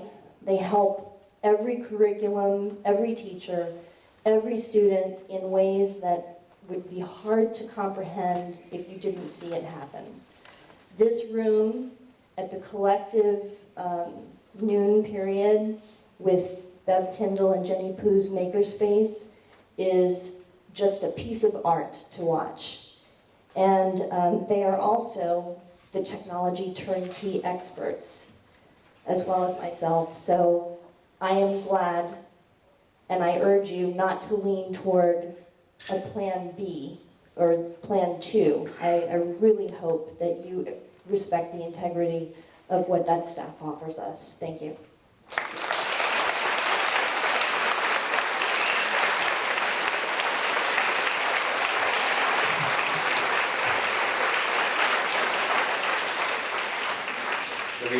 Silverio Bastello, teacher of students with special needs here at the high school. I'm here to speak to you today about the decision made by this board and the current administration to give rice letters to every single one of our library media specialists throughout the district. I am aware of the public statement made by Mr. Rutsky that the decision to get rid of the LMC specialists is no longer being considered. Frankly, I'm absolutely shocked and appalled that this was even considered as a viable option to the so-called budget crisis facing the district. The role of the quote-unquote librarian has radically changed over the years. Our library media specialists are not the librarians we're used to seeing in movies, strictly implementing the Dewey Decimal System, checking out books, and telling kids to sit down and be quiet. It is very easy for this board and the current administration to marginalize the role these ladies, and yes, they are all ladies, play in our school system. They are technology specialists working in a district that, since I have been employed here, stresses the use of technology in our lessons. These wonderful ladies are the support system for teachers that are facing an ever-increasing demand to implement the 21st century skills outlined in the New Jersey Student Learning Standards set forth by the Department of Education. They are the ones we turn to when we do not have the time to research all the different technological tools and programs, when we are too busy grading, designing our lessons, or engaged in any of the other multitude of tasks our jobs demand. Let me give you a little insight into how important these ladies are. I have gone to Beverly Tyndall, the LMC specialist at West Orange High School, multiple times a year during our tenure here for a multitude of requests involving special projects that I want to incorporate into my units. Bev has never once turned me down and always manages to find the time to sit with me and advise me on how to best make it work, help me to reflect on the project, and provide me with different ideas and or programs that would best meet the very diverse and special needs of my students. I have lost track of how many times she has seen me in this very room and said, "Sil, I came across this new resource. I think it would be great for your kids." Just today, I met with Bev to discuss alternate options for a newspaper project that I tried to implement this year through Google Docs. There were so many formatting issues that my students became highly frustrated in completing the assignment. After Bev gave it much thought over the last few weeks, she recommended that I seriously consider using Glogster. She has also agreed to make the time after my account's created to walk me through the program and how to best use it to meet the needs of my students. I hope that my comments help you realize how important these specialists, and they are specialists, how important they are to our district. We cannot meet the technological demands put forth by the state standards without them. Eliminating these positions would have a detrimental impact on all of our students and their education.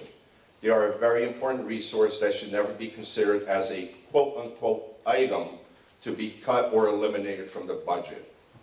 If these cuts were seriously considered, it displays a fundamental misunderstanding and undervaluing of these incredible professionals. If these cuts were not seriously considered, then the whole escapade was just an exercise in cruelty. And frankly, I don't know which one is worse.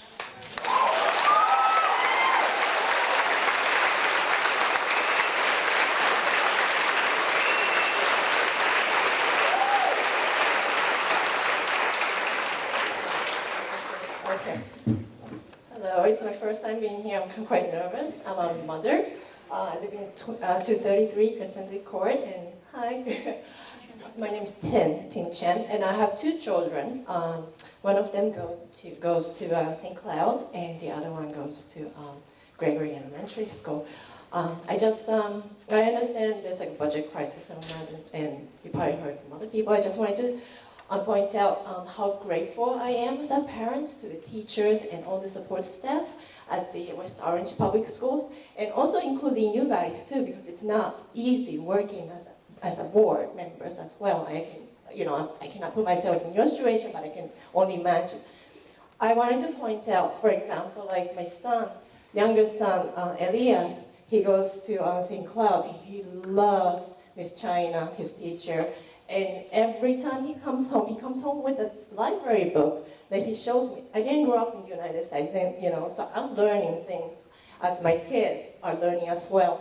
And my oldest son, Lucas, is actually in special education. I cannot even I don't know how to say thank you to all the teachers, especially Mrs. Mindo, who just had baby and came back to support the kids. The support my son is receiving from all the staff members and the teachers, it's amazing. And I'm so sorry, I don't remember the librarians' names, but my, yeah, okay. Okay, thank you. My son Lucas comes home, and I'm not very technologically talented, but he comes home and like doing something on the iPad, and I was like, how did you learn that? Well, I learned that in the library. And he comes home with all this technology he knows. I'm like, wow, this is amazing. I didn't know that librarians can do so many different things, to teach so many different things. So I just wanted to, support the teachers and the librarians as well, as a parent. And I wanted to end this with, I just Googled it, I'm sorry. 2 quotes from Chinese proverb. One of them is that teachers open the door. You have to go in, but the teachers open it. The other one is, let me just find this out here. Oh yeah, because right now where we are, if you take a look, this is the library. The library, okay.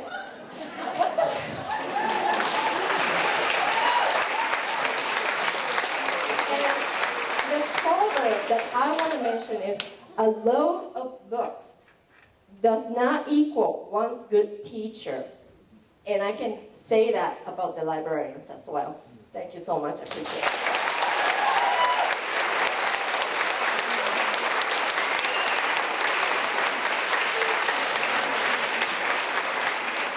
My name is Jerry Krimmel, 326 St. Cloud Avenue. I was a parent. I'm still a parent, but I was. 4 children went through the district. My husband and I both went through the district. My father-in-law taught for 36 years, math, guidance counselor. My husband for 35 in the district for science, dean, and then assistant principal. I had the privilege of working in the Conforti office for 14 years as a secretary. I'll give you a quick history lesson. Where was everybody on 9/11? I'm sure everybody knows where they were. I know where I was. I was in Conforti, and I watched our staff to a person give that extra measure. You cannot duplicate that. You have destroyed the family that was West Orange.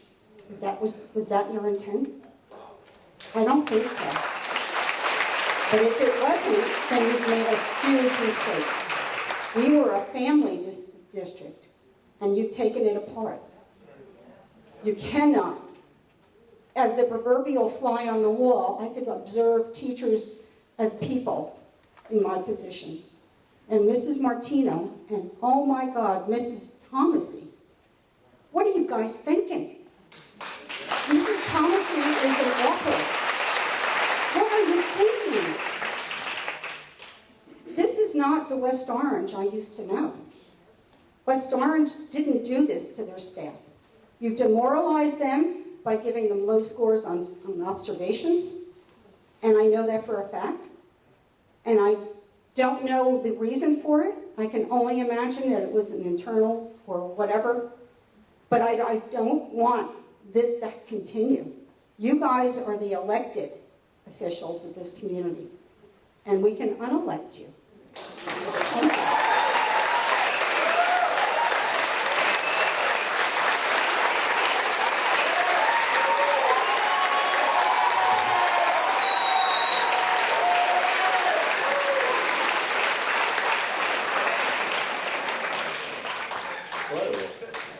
Zeke Tiemann, 348 Gregory Avenue, former student at Gregory Elementary, Edison Middle, Roosevelt Middle, current senior at West Orange High School, and proud participant in the WOHS walkout the other day.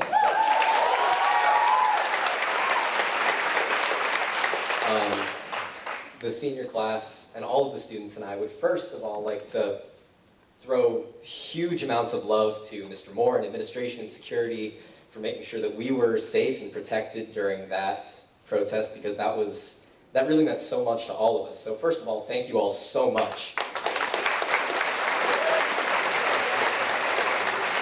And second of all, I don't know how many of you are on the West Orange 411 page on Facebook. But after the walkout Monday, there was a huge outpouring of support from many of the parents and residents of West Orange, but there were also people who saw this as a negative on the teacher's part and went so far as to say that not helping us for after-school help or not writing us a recommendation or our grades suffering is only because they're a bad teacher and because they don't care about our growth as a student. And I know that's not true, you know that's not true, and everybody in here wearing red knows that that's not true. So I would just like to say that this is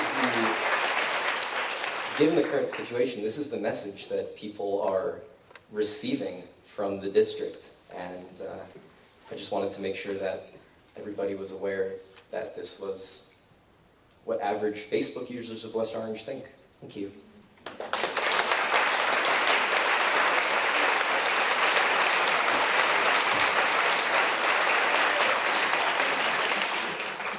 Tony Edelstein, 50 Davie Drive. A few things. I want to commend the board for passing the resolution regarding students and their immigration status. I did have a question about how a resolution differs from a board policy. I also want to applaud you for proposing the resolution on the traffic light at Alyssa Way. I want to send tremendous kudos to Josephine Kravitz and now to Zeke. Two outstanding students. And I know Josephine is going to Haverford. I don't know about Zeke, but I'm sure he's off to. Okay. And contrary to what some community members and perhaps some central administration members think, the student protest was completely organized by students, 100%. There was no teacher orchestration behind it. I want to thank our students and our community should be proud of, first of all, our goal as educators, right, is to prepare our students to be active, engaged citizens. And our students show that.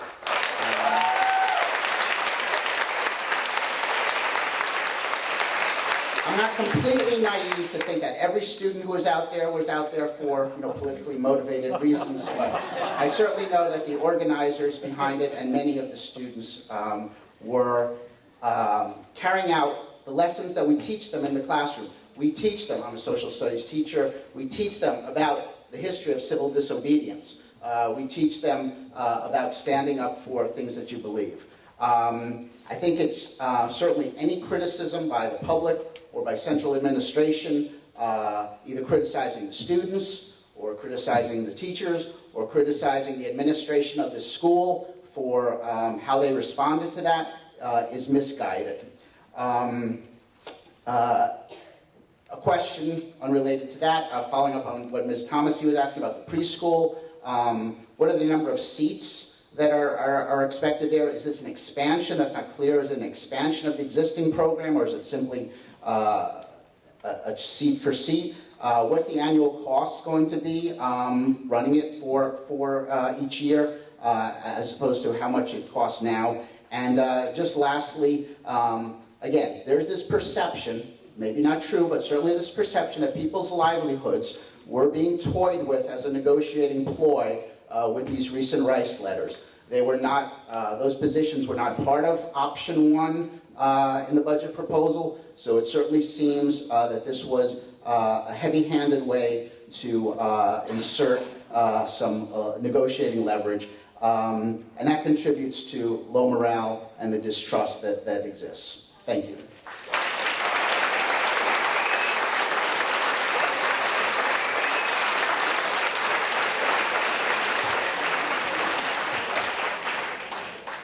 Rachel Gordon, 8 Meeker Street. I'm going to be pretty short. I just want to say I support our teachers. I'm glad there's a tentative agreement. I hope there will soon be a full agreement for the contract so that we can hopefully start healing and possibly find the more jobs to save in the final budget, because I feel like they're looking through option one. There has to be somewhere that we can save some more jobs. I don't know, but it seems that there is.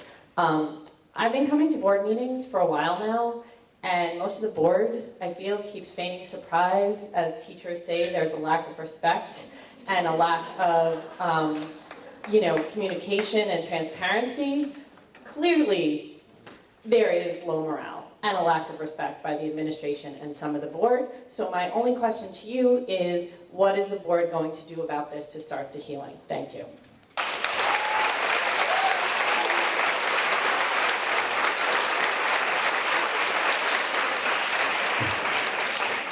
Hi, I'm Sarah McIntosh, and I love my job as an elementary school counselor at Gregory School. I meet many people in my life who don't love their jobs. They drag themselves to work, and I'm blessed. I have a job that I feel fulfills my calling, and I absolutely adore what I get to do every day. And I'm so grateful that I was not given a Rice letter like my colleagues, the high school guidance school counselors, were. And I really appreciate that a lot of effort goes into figuring out whose positions are going to be discussed, and that letters were going to be given to me. A letter was going to be given to me, but it was held, and I appreciate it. But if the need arises to discuss my position in the future, I want to make sure you know what we do. Long gone are the days of the guidance counselors smoking cigarettes, drinking coffee, and passing out college brochures. That's what a guidance counselor did, but we're school counselors, and we're the glue of the school. A lot has changed over the years. A fraction of my responsibilities in school: teaching character ed lessons, INRS coordinator, 504 coordinator, anti-bullying specialist, school safety team chairperson. I do crisis response, group counseling, individual counseling. I'm the Park and New Jersey Ask Testing coordinator, and right now it's all Park all the time. I'm the DCP&P liaison, risk assessment. That's just a fraction. So if the need arises and you need to discuss school counseling positions, I would invite any of you to spend a day in my life. I would ask to have a chance to explain more thoroughly what we do and how we are the glue of the school. Thank you.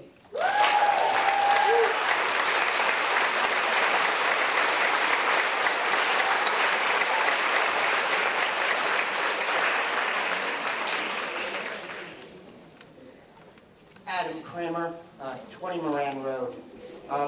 I'd like to come here and respectfully offer a somewhat different perspective on what's going on. I'll start with a story about teacher fairness. It goes back to September of 1989. I was just shy of my 23rd birthday. I was young. I wanted to change the world. I was a teacher. I walked into Newark Boys Chorus School, ready to change the world, and I did work there for the next 5 years. They offered me $18,000 a year to start, and on day 2, I walked in and said, "By the way, do we have health insurance?" And I'll never forget what the principal said. "Adam, don't get sick." So I thought it was actually fair, because I did some great things. I got an opportunity to, hopefully in a positive way, mold some young minds. And I learned to value that teaching is very important. But as I've gotten older, my situation's different. I'm a taxpayer.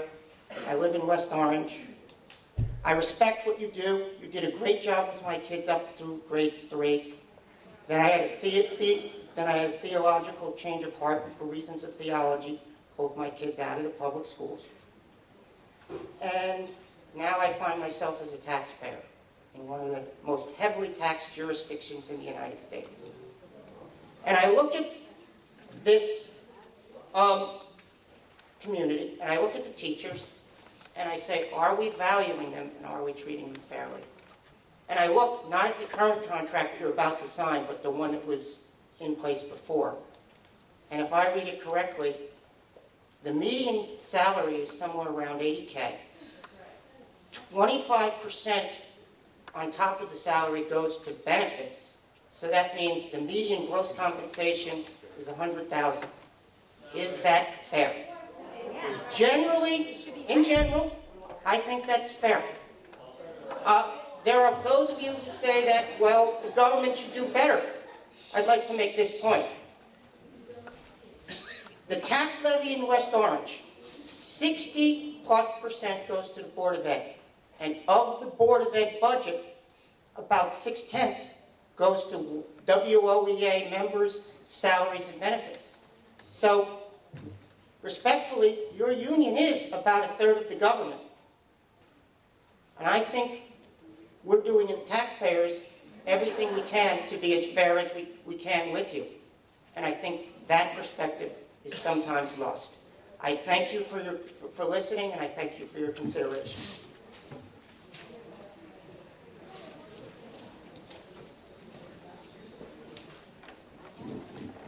Good evening. Robin Iserlis, 22 Yale Terrace. This will be brief. Following up on so many of the heartfelt comments we've all heard tonight, I'd like to ask this Board of Education, what are you planning to do to help heal the wounds that have unfortunately become the new normal here in West Orange? We are looking to your leadership to undo some of the damage that has been done. Thank you.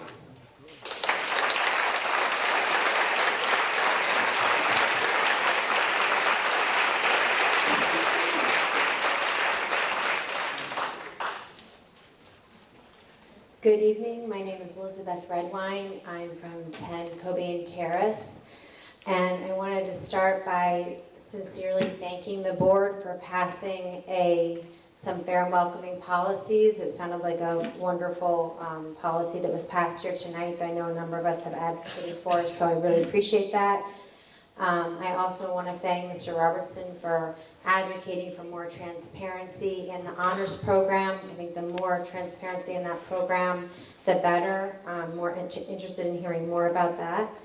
And finally, I just want to speak up for our librarian, Mrs. Matz, and for all the library specialists who, honestly, along with our incredible teachers, many of whom I see tonight, who should be paid far beyond whatever they're paid right now, they should be honored and paid and respected more than I have.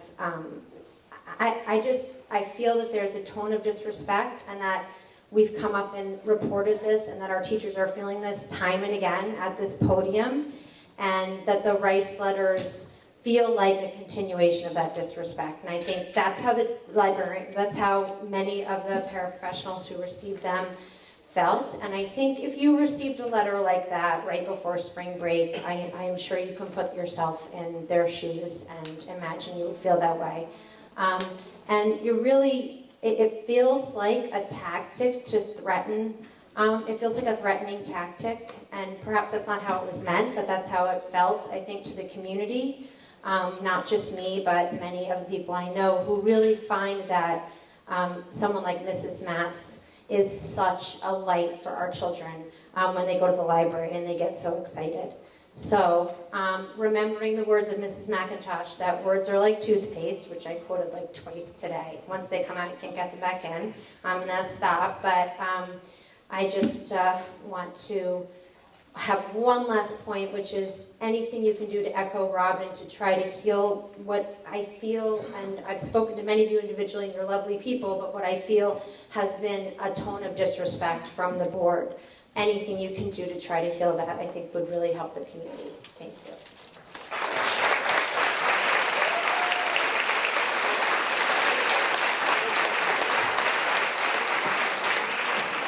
Hello, my name is Tracy Brosnan. I'm at 14 Hage Terrace, and I wish the gentleman who spoke about taxes was still here. He unfortunately left because my taxes have gone up $10,000 in the last 8 years, and they started pretty high.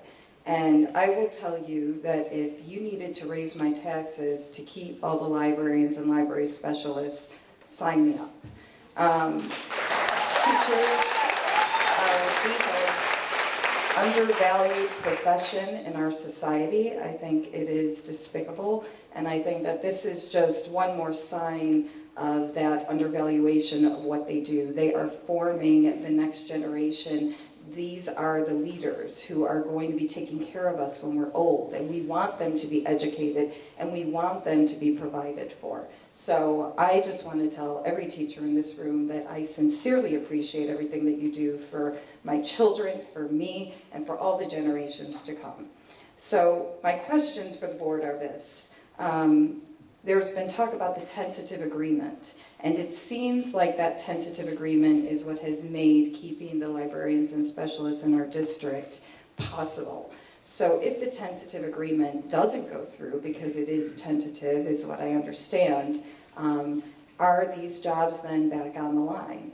And if they are, I would like to know what, if any, kinds of surveys or research that you've done in other similar districts or districts in general where they don't have these resources, and how that impacts the grades and how that impacts the scoring on the parks and all these other standardized tests, because that will drive my property values down, and that's not going to help me very much at all either. So, I mean, you need to think about the long-term impact of what removing these people from our district will do, and if you haven't studied that, I don't believe that you can make an educated decision about that.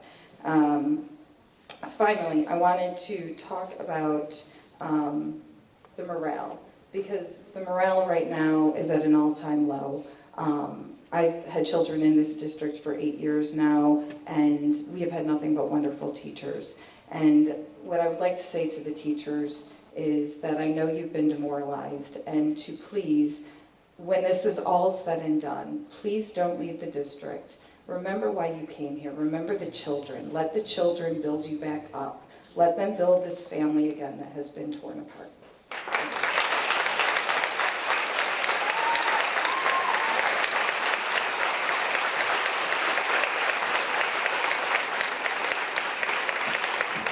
Hello, my name is Margaret Sosa. I'm a parent of 4 young children, 3 of whom go to Mount Pleasant Elementary School. We love our community, we love our town, we love our teachers at Mount Pleasant, and our family at our elementary school. They are so dedicated and been so wonderful despite everything that has happened and been going on. I've been a resident of West Orange for 34 years. I've lived here just about all my life. Because I love our community and our town, I love the school system and how dedicated we are to our children and helping them grow. I'm a West Orange High School graduate, class of '98. Our town was prided on how great of an education we gave to our children and how dedicated we were on giving them the best resources and opportunities available. We chose to stay in West Orange despite all the controversy and high taxes compared to the rest of the communities in Essex County. We stayed for the great teachers and high regard for education. I loved our school and our town growing up, and I wanted the same for my children. I feel we had great dedicated teachers, great programs for our children, and throughout the years, it has been great, and going forward, it should stay that way. If we start cutting programs and fundamental things such as library and in our elementary schools, what are we telling our children? Are we telling them that books are not important?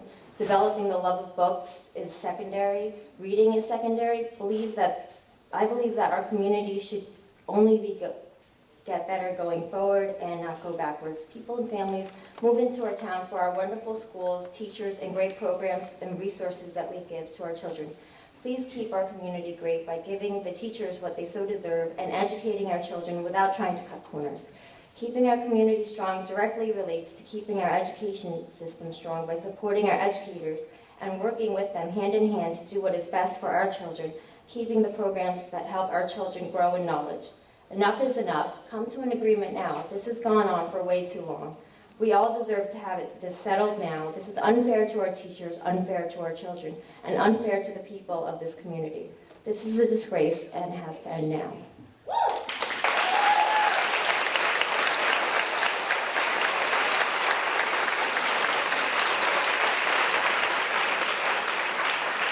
Good evening, my name is Katie Witzig. I'm at 9 Manger Road, just down from Mount Pleasant. I just have a couple comments, which are first regarding the budget. And I find that cuts are often easier than putting in a little extra work to find some alternatives and some creative solutions. I asked last time about grants, and I was told that there's not really a grant person, that we have a grant person kind of part-time, and I'd like some more information on that.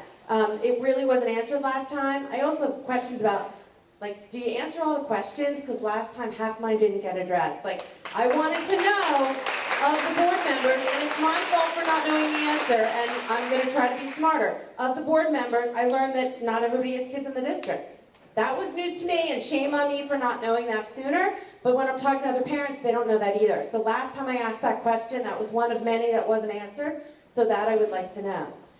And also, you know, we're talking about cuts, but that's not always the answer, so I want to know what else is in place to do that.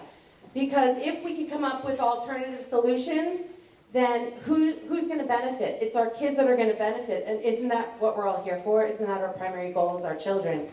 I also want to say, in regards to the morale, and you know, I think we all agree about that, but it's also not just disrespect, but I think it's appreciation.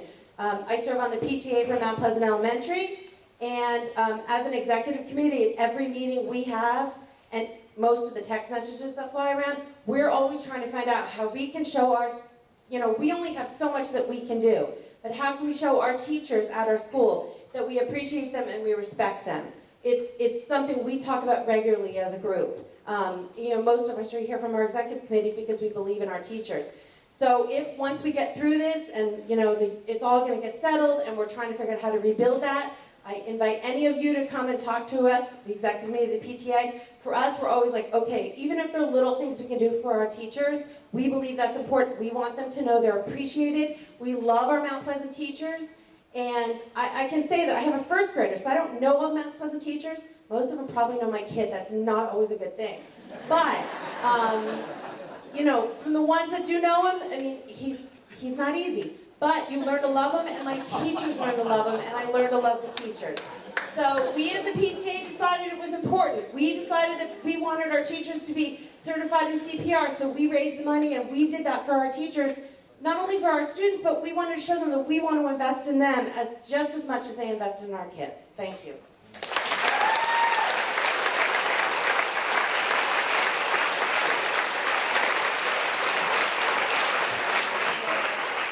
Good evening.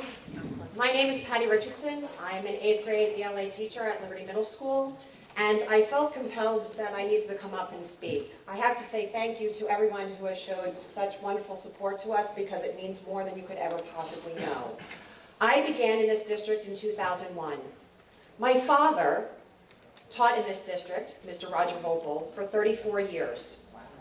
I grew up in this district, although I lived in South Orange with my parents, but my father raved about this district. And as a little girl, I would go into his classroom and I would sit in his desk chair and I would go into his closet and I would get books out and I would pretend to be a teacher. And he also was the girls' basketball coach. And I would sit on the sideline and I was so incredibly proud of my father. And it was those things that made me want to be a teacher and work in this district. And I even practiced with his players, and it helped me to be a really good basketball player, which was very good for Columbia High School. At any rate, one of the things that he talked about most of was family, and what an amazing staff and principals and all of the teachers with whom he worked. And I have to honestly say that I am so incredibly blessed to work with such a phenomenal staff. And I think that's where we have lost some perspective, because I think, unfortunately, we treat education as a business. But education, as you well know, is not a business, because we're dealing with the lives of children. And we're dealing with the lives of teachers and other educators and other staff who have to feed their own families. And so, although my fabulous administration has left because they have their own families to get home to and tuck their kids into bed at night, Michelle Martino is a phenomenal vice principal. I have worked with a number of vice principals since Liberty Middle School has opened, and she is by far one of the best. And we just finished having a door decorating contest, and she was outside my doorway along with my fellow colleagues, And there she is advocating, oh, look at this, it's so great, it's so wonderful, and look at, they worked so well together, it was really a collaborative effort. She is our champion. Elena Bly, who is a phenomenal special ed teacher for math. Math, one of the hardest things, I know, because I did not do well in math, that's why I teach ELA. So these are things that are so incredibly important. But lastly, our SAC counselor, that position at the middle school level where kids are questioning themselves and trying out new things and exploring all sorts of things, we can't cut that. We have to find a way to keep that position and make it work. And I only hope that all of the things that are going on, I will be able to return to the days when my father sat around the table with his family and shared all of the wonderful things that took place, and we felt like a family. Because after all, sometimes for many of us, we spend more time at school than we do with our own families. Thank you.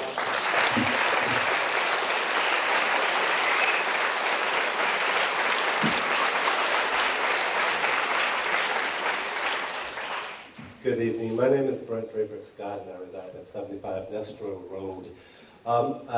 This is my second time addressing the board, and I want to just first tell you all I really appreciate what you did tonight on the immigration matter, on the anti-bullying.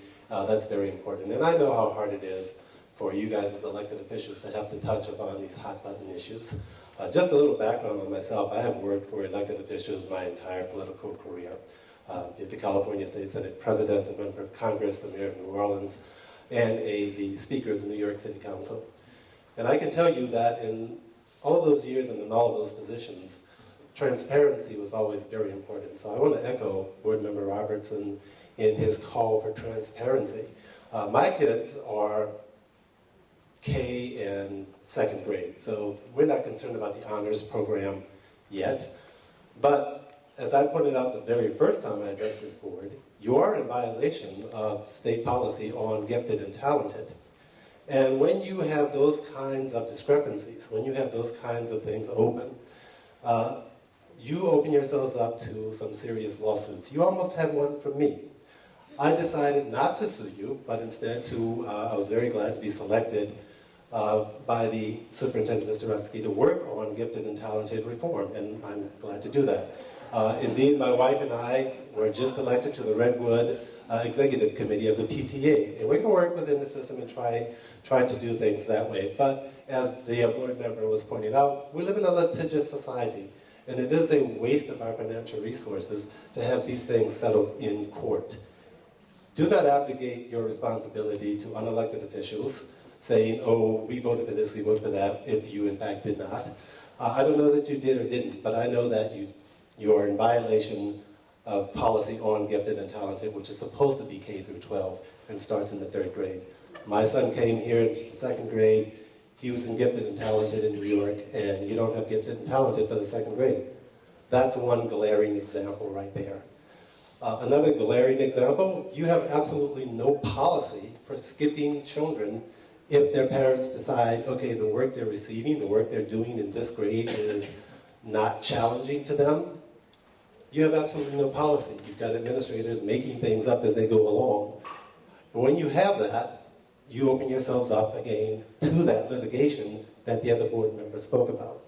So I would encourage you to address those things at, be it the next meeting or the meeting down the road that Mr. Robertson brought up, address them, because you do have policies that are not being enforced, and when you have administrators making up policy, I can tell you, as a former aide to a member of Congress, I had to bring down the U.S. Department of Education on a school district once because I ran into this brick wall of recalcitrance and arrogance in education, telling the parents, oh no, this is the way we do it. And no, it wasn't. That wasn't the way they did it. They were in violation of the laws. So I encourage you to actually think about that. You've got meetings, you have your public meetings, you have it's wonderful to live here. We moved here just a few months ago, and it's wonderful to live here. We're glad to be here, and I'm glad to be working with Mr. Rutsky on gifted and talented reform. But I need to just echo that, yeah, there's a lot of things that this board isn't doing right, and you do not want to abdicate your authority to unelected officials. As someone who has worked with elected officials, I've counseled and I've advised them, never do that. And as you are looking at budget cuts, the last thing you want to do is waste precious taxpayers' dollars, and I paid $5,000 in property taxes this year, precious taxpayers' dollars on litigation for things that are not clear. So if something's not clear, by all means, clear it up. Thank you.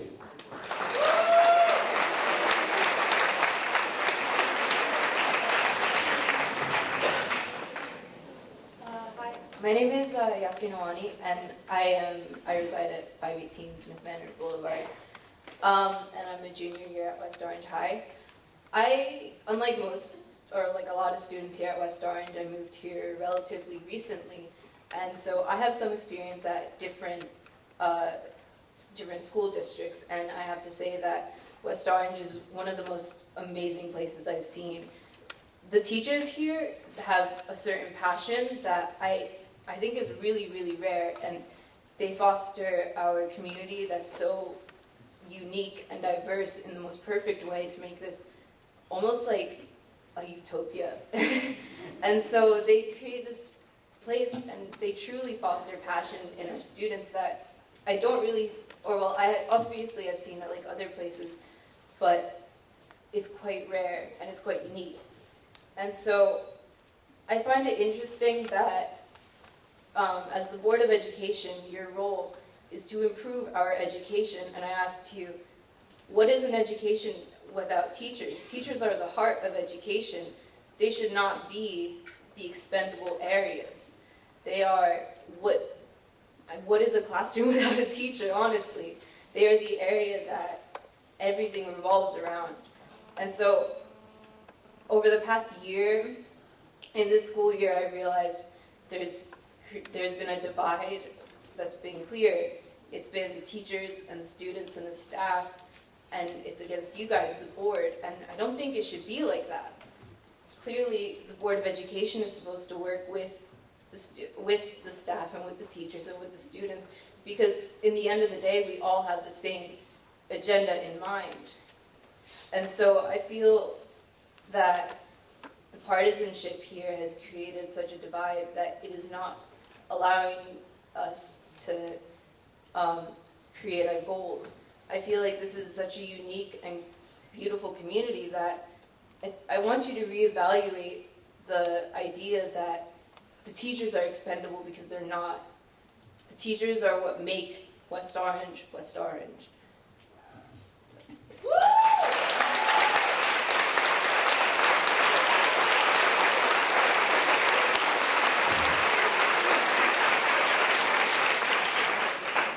Good evening. My name is Mark Maniscalco, and I proudly represent the teachers, instructional assistants, administrative assistants, computer techs, and security officers who serve in the West Orange schools. Among that fine group are librarians, guidance counselors, SACs, reading specialists, and many, many others. We are very pleased that most of the major items involved in negotiations have been tentatively resolved, and we are guardedly optimistic that the remainder can be resolved quickly. We're not at the finish line yet, but we have some confidence that a complete and fair deal for all can be reached in a short time. We thank all those parents and community members who have spoken up and supported us, and who are united in our efforts to make the West Orange schools the best they can be.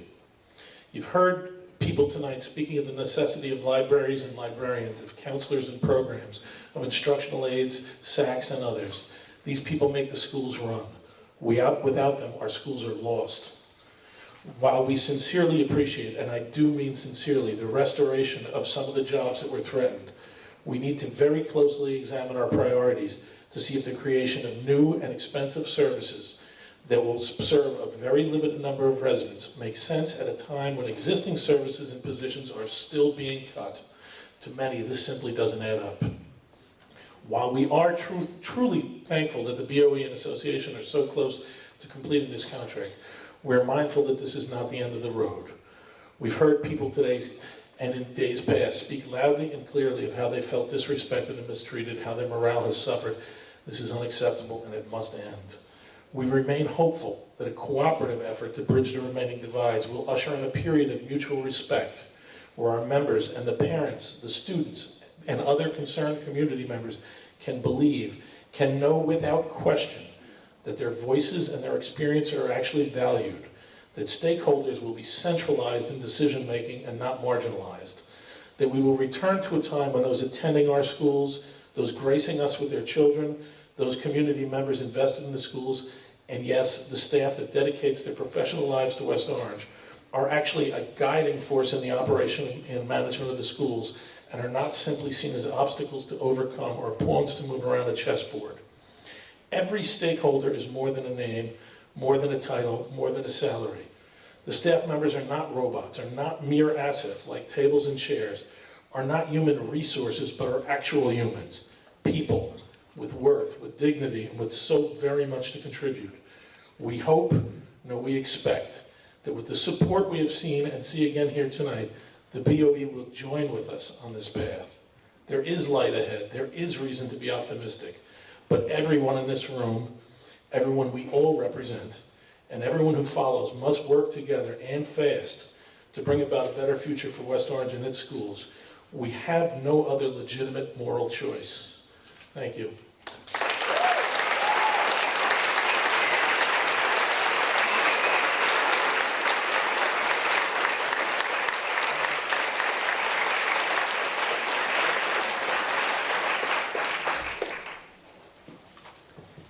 Okay. Mr. Rutsky, I'm going to hand it over to you to answer some of the questions based on curriculum process. Yeah, let me just address them. Okay, so there's obviously a lot of things that need to be addressed, so if I miss something, I apologize. Let's start with the Rice notices. It's something that most educators don't have to understand or worry about, and the concern is when you get one. And the idea behind the Rice notice, for those that are not familiar, and I heard a couple things about given out as a threat or given out as something to do with negotiations, and that is 100% inaccurate. All right, what you have to understand is there's a time limit on Rice notices, and I'll give you a perfect example. That on Monday we were planning on giving out some additional Rice notices, and an individual was absent. That individual could not have been spoken about tonight in his or her position by the board because of the time factor that has to go into the amount that they have to tell us, yes, they want it in public, they don't want it in public. So that's the first thing. The other thing you have to understand is there were many Rice notices provided across the district to lots of different employees. And the unfortunate part is that when you're trying to negotiate, and believe me, I've said this 100 times, there's nobody wants a contract settled more than I do, is that when you're sitting there on a Friday hoping that it gets done, that we get that tentative for the health benefits and the salaries, and it doesn't, then we run into the time frame of, okay, we need to have this meeting on Wednesday, and now the time factor is the priority. So I can promise you, just like happened recently on Monday, we had additional Rice notices that were ready to go out for tonight's meeting. And we had to get them out for the board to have the option to look at different ways to try to balance the budget. It does not mean, because you get a Rice notice, that you are losing your job or the position is going away. It means nothing like that. And what you have to also realize is, while that personally affects you, you have to understand that it's not something we're trying to do to hurt you or to make you feel bad. It's something that has to be done. And if we don't, then the board doesn't have the opportunity to be able to say, okay, what is in the best interest of the district? And so we weren't trying to be insensitive about giving it out the day before the break. And if we would have been able to get the tentative agreement on that day, then they wouldn't have had to go out. And that's very important for us to understand that. Now, the other piece, there's a couple of conversations that took place about the preliminary budget. And it is exactly what it's called, a preliminary budget, meaning that this is where we are, this is what we have. So we obviously discussed option 1, we discussed option 2, we discussed option 3. None of the options are good.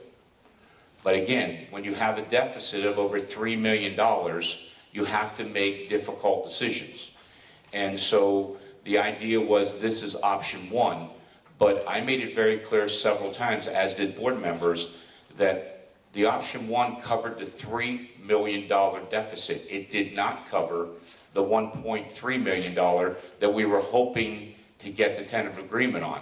So every day that comes a little closer to the date of the final budget, we have to act on something that we're hoping we don't have to. And thankfully, we were able to get this tentative budget done. And that's why the conversation tonight in closed session was very different than it would have been if we did not have the agreement. We would have been looking and talking and discussing another $1.3 million in cuts. So the cuts that were discussed in the preliminary budget, yes, that's a fluent budget. That is something we talk about, it moves in and out, it does what it needs to do.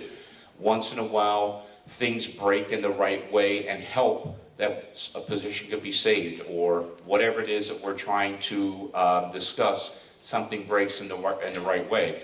But as far as the library media specialist, reading specialist, counselors, none of them, nobody up here wants any of those positions to go away. They're vital positions. There are quality people in those positions that do outstanding work.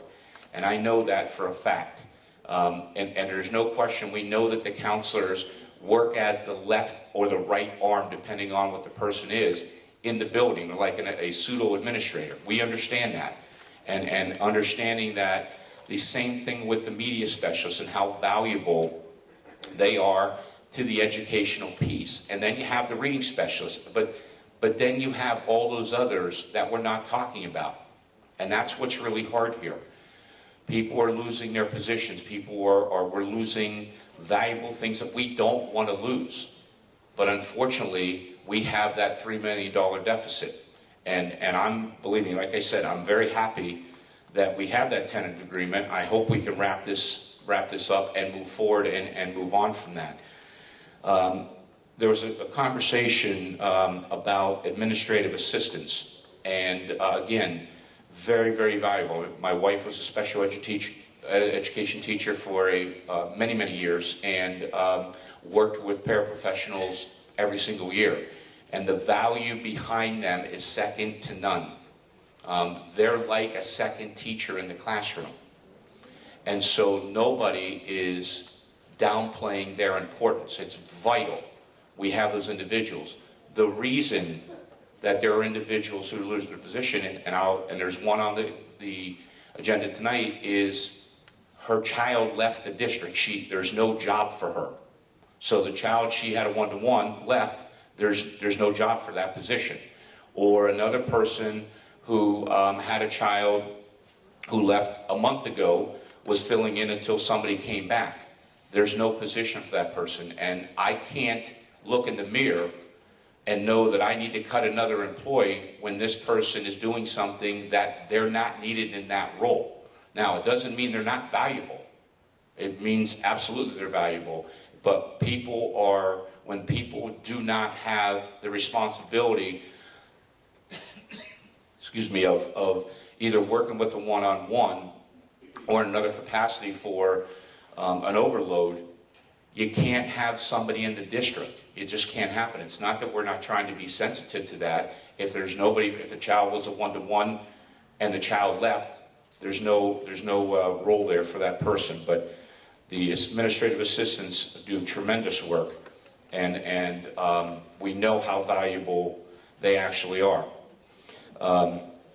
Ms. McIntosh, I know you made a comment about the counselors. Since I've come here, I've said to all the administrators and our director of guidance, Cheryl Butler, that everything should be going through the counseling department, that they are the hub of the schools.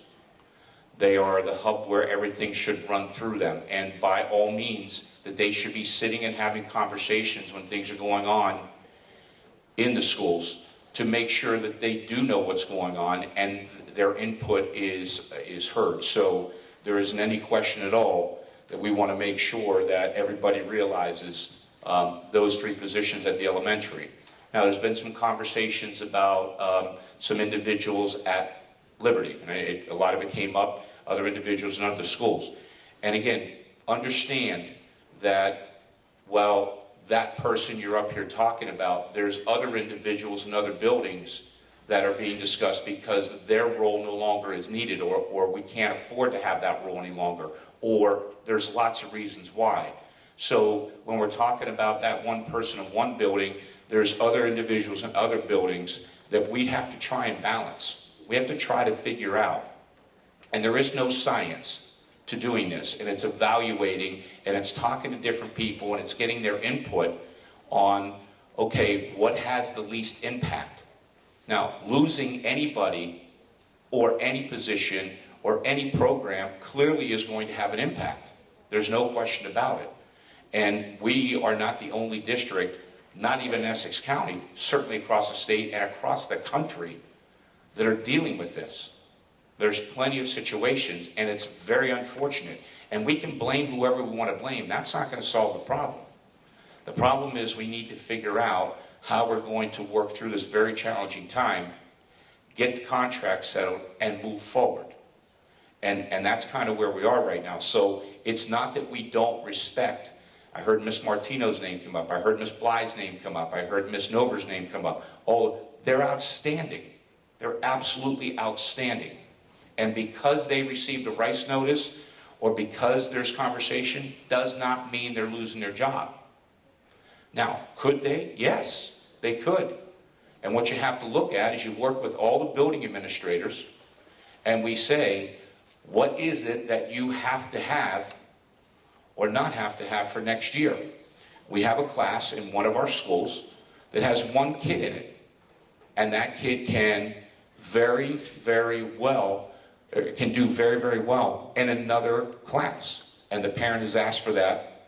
So now that teacher of that class is now available. And the other thing we have to realize is that 10-year status, there's a seniority piece that takes place here. So I'm a special ed teacher, Mr. Calavano's a special ed teacher, he's 10-year and I'm not, and a position has to be cut. He has bumping rights to me as a non-10-year person. It doesn't mean that me, special ed teacher, is not valuable, nor do we want the person to go away. It means that Mr. Calavano has bumping rights to my position. And that's what gets really hard. And there isn't anybody up at this table that doesn't understand that we're talking about somebody's livelihood. We're talking about somebody's career and how important that is and the humane side of that. And so for anybody to think because a Rice notice was given out and it was done in some kind of ploy is absolutely ridiculous. All right? We take this very serious. The most important thing is I listen to people and figure out what I can do to help them. I sat in a room yesterday with a teacher who was crying, and I said, we have a very simple solution. And she called me today and said, it's amazing, this is done. And I said, it's done, we're good, and it's over.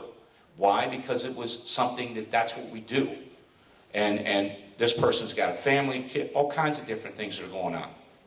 So, you know, the idea, there's a lot of things that people don't understand when it comes to this process. And we don't expect you to understand, but we expect you to realize that when you get a Rice notice, it doesn't mean that we don't like you, love you, respect you, and know what you do great for the district. It means that we have to have a conversation so the board can make an educated decision. And there's lots of scenarios, lots of them. And we have to look at all of them. So I want to go backwards a little bit. Some of the students that made some comments, I want to thank you for coming out here tonight, number one. And number two, talking on behalf. Again, you know, we talk all the time, the most important person in education is the teacher. And the idea of being in that classroom and doing what needs to be done and knowing the child better than anybody. And that's why we have conversations about things with them so we can get perspective. And that's a very, very important part. I'm just going to work backwards a little bit here and look at some of the comments. There was a couple of comments about the preschool program. So one of the biggest challenges that we have dealt with is not knowing whether or not we were going to have to cut an additional $1.3 million because of the health benefits. So the preschool program has gone back and forth with different things and talking to the board and understanding about the future. So one of the questions was, kind of what's the makeup of this and how is this going to impact? I think it was Tanya who asked, how's it going to really fix the problem of overcrowding? And the answer to that is you have to start somewhere. And we know that every single elementary school is overcrowded right now. And at the price that we are being offered for this facility is so much less than anything that has been offered or looked at over the last 7 years. And when you look at schools and they're not up to code, then you have to put all that money into the school to bring it up to code. And that's hundreds of thousands, if not millions of dollars. This facility is brand spanking new and ready to go. There's no upgrades needed. It is very safe. It is in West Orange. All the elements that we have to think about are all in place for that. Now, so there's some conversation about, well, is that more important? The thing that's really tough in budget cuts is not losing sight of the future. And while we can say right now, this is affecting something immediately, 5 years from now, we still can't be in the same place with our elementary schools where we are bursting. We can't be. We have to determine what's going to be fixed. So 3 to 5 years from now, we're on a different path. And I know that is not what certain individuals want to hear, especially those that may be in a position of losing their position. How could you put a preschool program ahead of me? I know that's hard. And believe me, that I think about that every day and every night. But we have to think also about what do we need now and what do we need in the future. So a couple of those, it's difficult.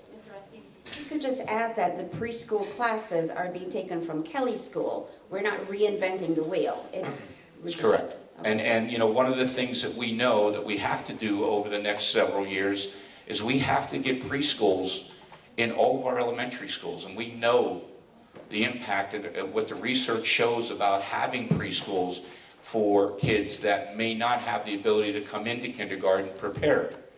And there's not a day that goes by that when I'm in a building that somebody's not talking to me about, wow, it's changed, we need more help. Okay, what are we going to do? And one of the things is kids are coming in where it's the first time they have had any kind of formal education. That's really challenging for a kindergarten teacher. To have a child who's got a parent at home and educates them every single day, goes to preschool for 2 years, whatever it might be, versus a child for the first time they're walking into a structured educational setting. That's really tough for kindergarten teachers, really, really tough. And we need to try to figure out a solution so we can help our families in all of our elementary schools.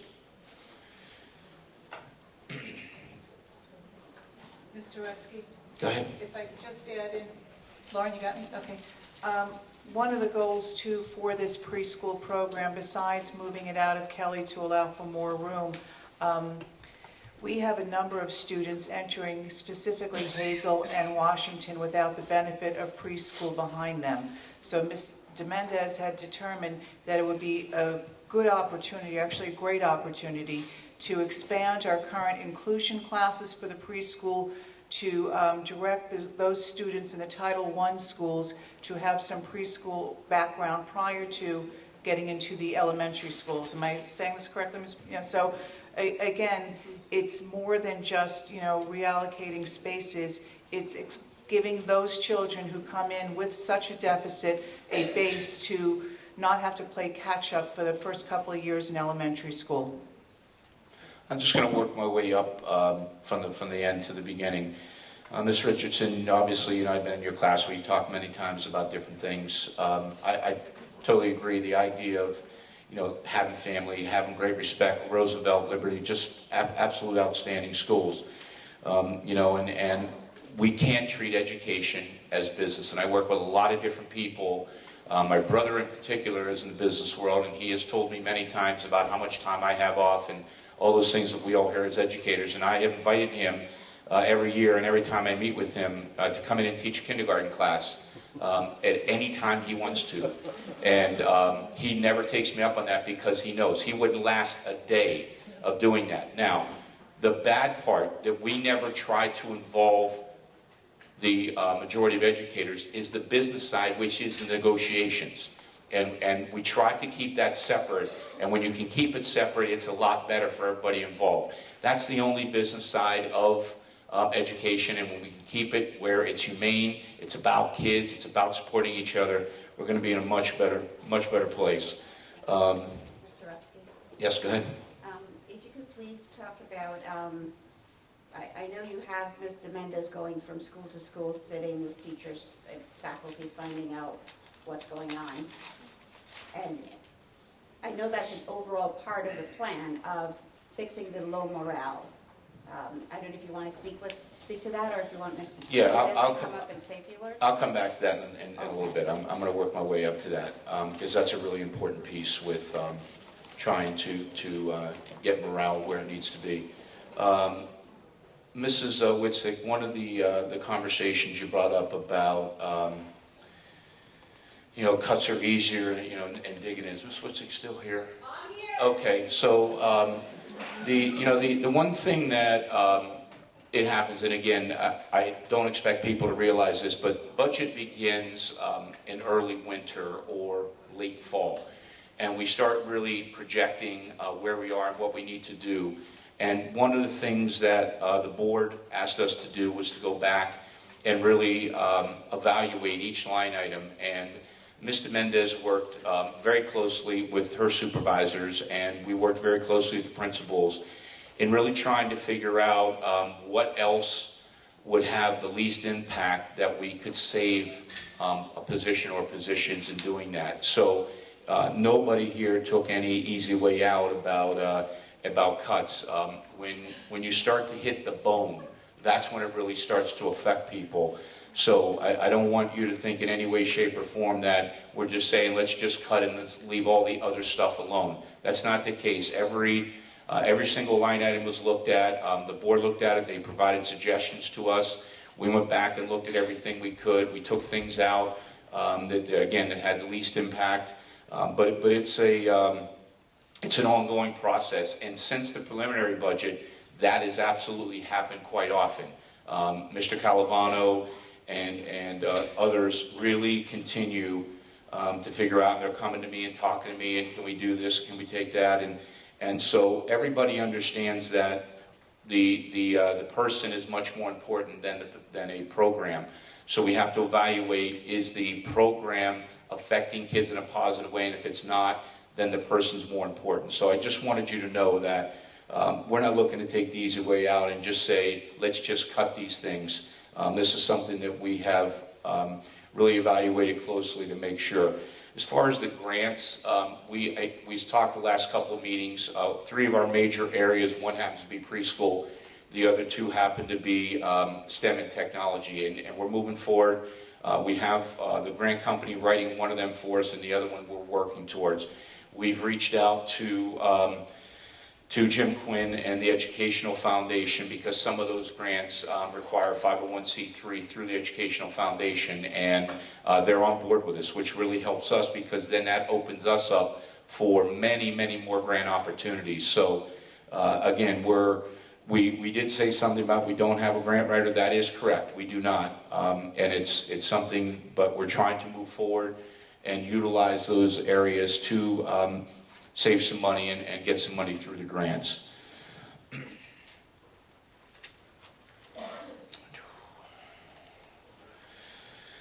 Again, I know there was some, Ms. Brosnan was talking about her taxes going up and, sign me up, that kind of thing. Questions about the tender agreement, if it doesn't go through, what's the next steps? We're all very optimistic, very positive right now that we can get the contract settled. And I spoke to Mr. Maniscalco, I think it was Monday or Tuesday. Today's Wednesday, and I said, just send me what's left, so we can really kind of move forward, and we can get some of the things done.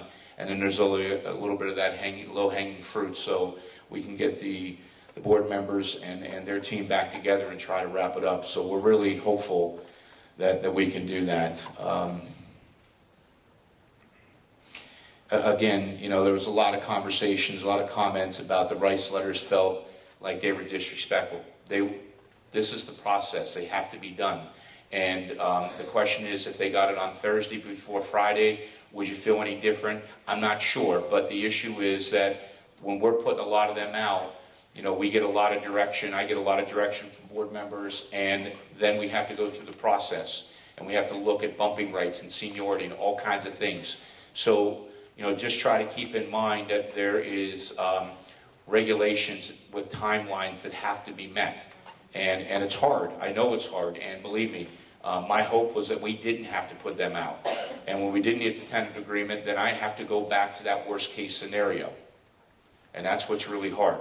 So, on Monday when we got the agreement, we were thrilled, because the one thing that really allowed us to do was to say, okay, this 1.3 is now off the table. And believe me, that was a huge piece, because nobody wants to have additional cuts. Nobody. Mr. Rusk, if I may. Go ahead. And in addition, we also have to send out Rice notices for every Board of Ed meeting, because there was a new law passed. So it's not just for budget season, it's for every board meeting. We have to send Rice notices about every personnel who's discussed on every board agenda.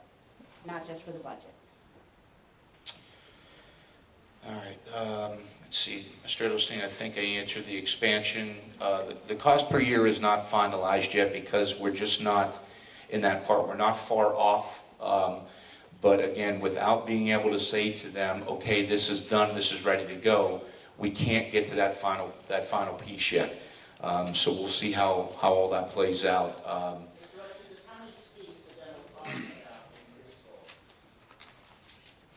All right, let's see. Zeke's still here? Did he have to go? Zeke, really nice, the way you spoke, about Mr. Moore, the security, and the idea about the walkout, whatever. Look, social media, people have different opinions. They can say what they want to say. You felt that was important, and the idea of you supporting the teachers, that's important to you, so that's important to us, and that's what you really have to understand. And the idea of individuals writing on social media that, it was wrong to do that, or that the teachers don't help you, support you. You're right. We know that's garbage.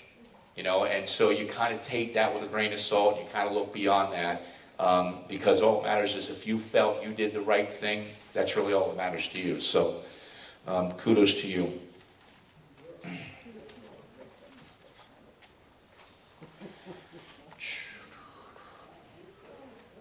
And again, a lot of this, there was a lot of similar comments, so I'm not going to just continue to repeat with the individual's name. Ms. Tanya had some questions. Let me see if I can answer. Long-term project, evaluating the overcrowding without redistricting. Is Tanya still here? Tanya, so I think you know that we're doing an evaluation now. We have a demographer that's almost done with his evaluation. Then we have the architect going to do something what's called a capacity study in each school. He then will provide his reports. So you put the two of them together, and then you look of what really is doable and then what really has to be done. And that all will be done, should be done by July-ish. And hopefully then we can put a committee together for next school year to really talk about, okay, what do these findings say?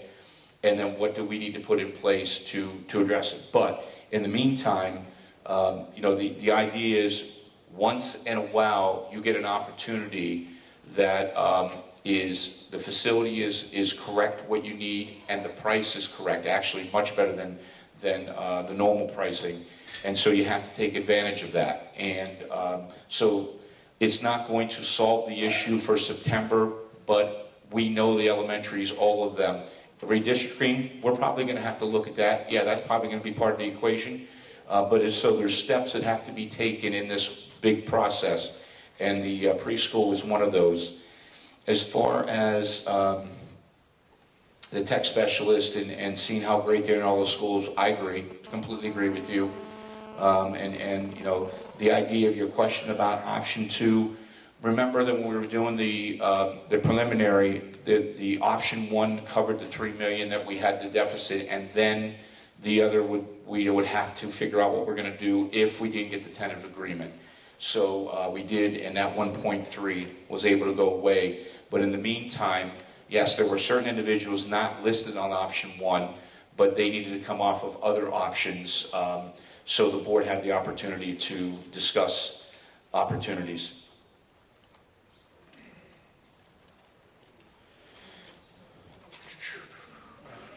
Mr. Riley, I think Mr. Riley is still here. Maybe Mr. Riley, here did he go? Okay, so I talked a little bit about the aides, and by no means do we feel they are expendable. They are absolutely valued and do tremendous work. It's a very, very hard job, very hard. The vice principal over at over at Gregory, Makeda, she's outstanding. I'm not at that name yet, but she's outstanding. Ms. Martino is outstanding. The assistant principals in district are very, very fine. Again, it's an issue of looking at what we need to do to try and cut that money, get down to that balanced budget. Mr. Sayers.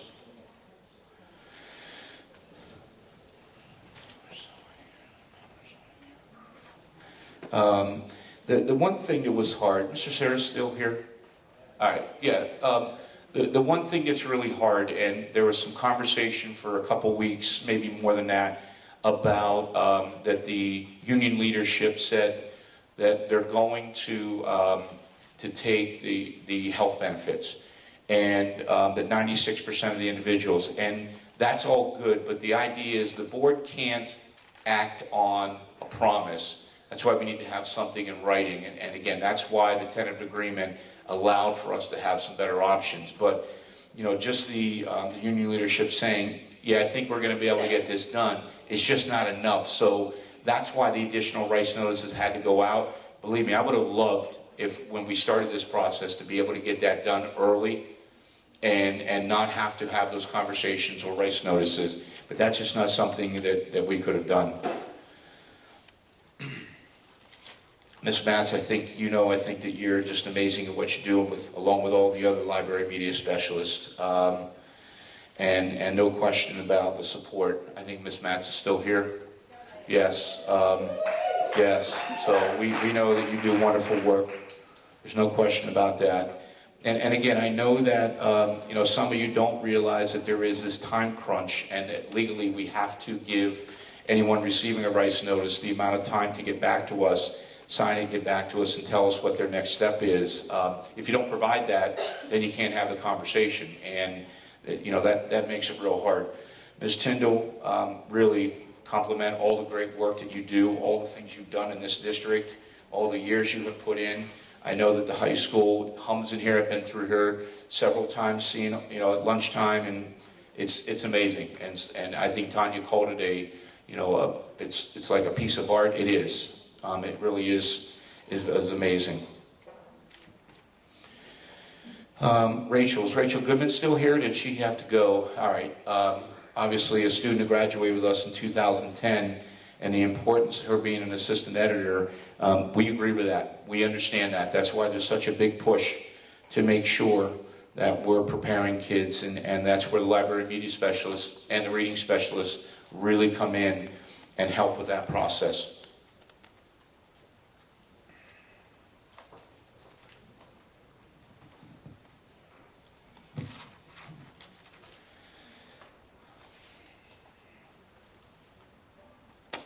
Ms. Galore, I'm glad that your daughter enjoyed the trip to China. I know it's a wonderful thing. As far as the mock exams, graduation, recommendations, things like that. You know, we're talking, we're hoping those things all get taken care of. And again, if we can get the contract settled, obviously that'll be something we can put behind us. But we want to make sure, and I think that it's important that we know that the kids, juniors, seniors, whatever it is, it's a special time. Let's not have it be part of the students, take them out of the equation.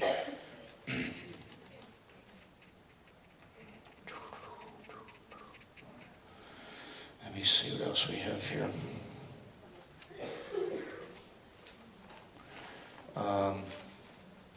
Josephine got up and spoke. She was the first one to get up and speak. Obviously, she's a perfect representative of how great the kids are and how well they're educated in the district. We'll certainly look into that issue with the parking. I know it's tough. The staff have a difficult time in every single building with parking. It is a big challenge, but we'll see what we can do. We don't want anybody to be blocked in, things of that nature. So as far as the morale, you know, I was talking to some teachers yesterday. I actually have a meeting set up for tomorrow afternoon with some different teachers, and I do this often, and I just do a hodgepodge of teachers, whether it's a makeup of all three levels or one level, or it might be something that we're trying to look at. And mostly I'm doing what I sit up here and do and just write down notes, and I'm saying, you know, what is it you think we need to do, and what is it that is happening, and how is it that we can, you know, we can move forward and do what we need to do. And they're great. They're really, because they're living it and they're in the classroom every single day. So they're really speaking comfortably. And it's really great for me to have, because now I know, and again, you know, this is not the first contract I've been part of. And as a teacher and as a principal, had to go through this sitting on the other side of it. It's difficult. It's very hard, but I can tell you from experience that when that contract gets done and you continue to move forward, things do get better. There's no question about it, they do. And but it's also part of sitting with people and talking with people and figuring out, you know, what are we going to do? And I know that you know, there's a lot of conversation about morale. There's a lot of us. Ms. De Mendez goes around and she's talking to different people, meeting with different groups, listening to different groups, that kind of thing. That's really key. And we can't get to every single person. We can't sit with everybody. But the opportunity, and I have offered this to, I have 3 parents coming in this week just to sit with me. We're meeting in one evening, and it's just saying, okay, you know, talk to me. What's going on? What are you thinking? Because they also want to be educated as well. They're hearing different things, and they want to know what's going on. So there's 2 sides to every coin, and it's an opportunity for me to understand from their perspective, and it's an opportunity for them to understand from my perspective, and then it gives me some things to think about, and that happens often. Last week I met with some other parents as well, just to kind of see and touch base with them. But again, there was a lot of comments. I think I addressed them, the overall. Sandra. Thank you, Mr. Rutsky. I believe Mr. Schwartzbaum has a comment to make. Thank you. In my relationship with my wife is a special ed teacher, speech therapist, and often says that she's the emotional one, and I am the man in the relationship, which is problem solution, and perhaps that's the way I was trained to think. Budgets are a part of everyone's life. They're always difficult. Decisions regarding personnel are difficult. It really does impact everyone's individual life. And no one is minimizing these decisions that have to be made. One of the comments made was to try to come up with creative solutions, alternatives to cut people. Cutting people impacts individuals' lives. There is an alternative. One of the alternatives is that we spend approximately $1 million on waivers for health benefits.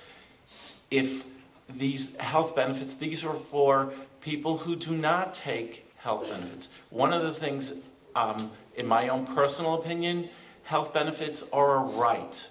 Everyone should have health benefits. However, if you choose not to participate, then you should not be taking money from the district. We can use that money to keep teachers, to keep paras, to keep... So what I implore the union to really look at is to say that let us use that money. We were able to negotiate this with the administrators to eliminate the waivers. If you need insurance, we want you to take insurance. It's very important to have. But if you choose not to because you have other alternatives, then give us the ability to use this money so we can retain positions. And no, I'm just stating. Okay. I will. Thank you.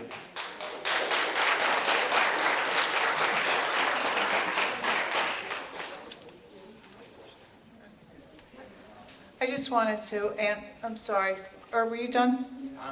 Okay. I don't want to step on Mr. Maniscalco. I apologize. Can I get back? Okay. I'm sorry, I got the first name. Cindy, Mount Pleasant parent, was that right? Cindy, maybe I messed. Katie, I'm sorry. Katie, there you are. Okay.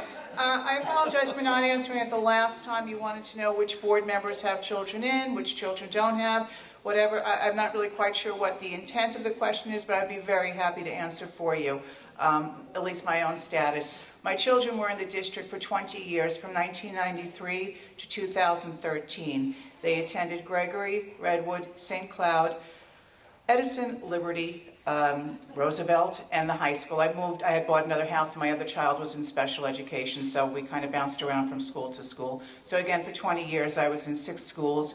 My children have aged out. I'm still very vested in the school district, and I don't think it's really, you have to have a child on the board currently to be vested in the district, because at least for me, that's not the way I roll. I was founder of PASC for 11 years. I don't know if you know of PASC, but I created it in 1997. I did that for 11 years. I was council of PTA for 3 years when there was a referenda which brought us Liberty. It was a wonderful time to be in the district. It was 2003. I know Lisa's sitting here.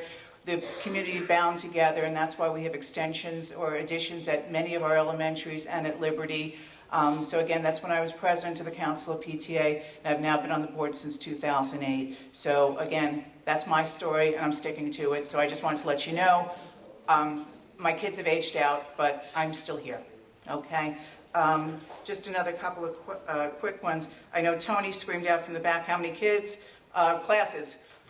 There are 6 classes in the building that we're looking at. And Dr. Polera, if you can confirm, it's been a long time since I did, I'm sorry? It's not confirmed yet. Well, I just wanted to talk about the number of students in the student, it's been a long time since my kids were in the preschool handicap program. Is it 12 or 16? I don't recall. Students. Students in... Class. It depends in the preschool autistic class. 6. No, the preschool could go up to 12. Oh, okay. Preschool can go up to 12, yeah. Okay. And right now, in our building, there are 6 classrooms. Right. I just want to know the size legally for the preschool. That's what, 12. Okay, that's... Some of them are half day, some of them... Yeah, no, I was going to get to that. I just want to give them the information. Let me finish and I will get to you so we... Okay. 6 classrooms that we are looking at. One would be a full day. The others would be half days. So that would allow for a double, obviously, in each classroom. So again, it's all fluid at this point. We're hoping that we can lock and load this and move forward. But that's the answer to your question as to the number of students. Is Mr. Kramer still here? Okay. He's what? He's on the board.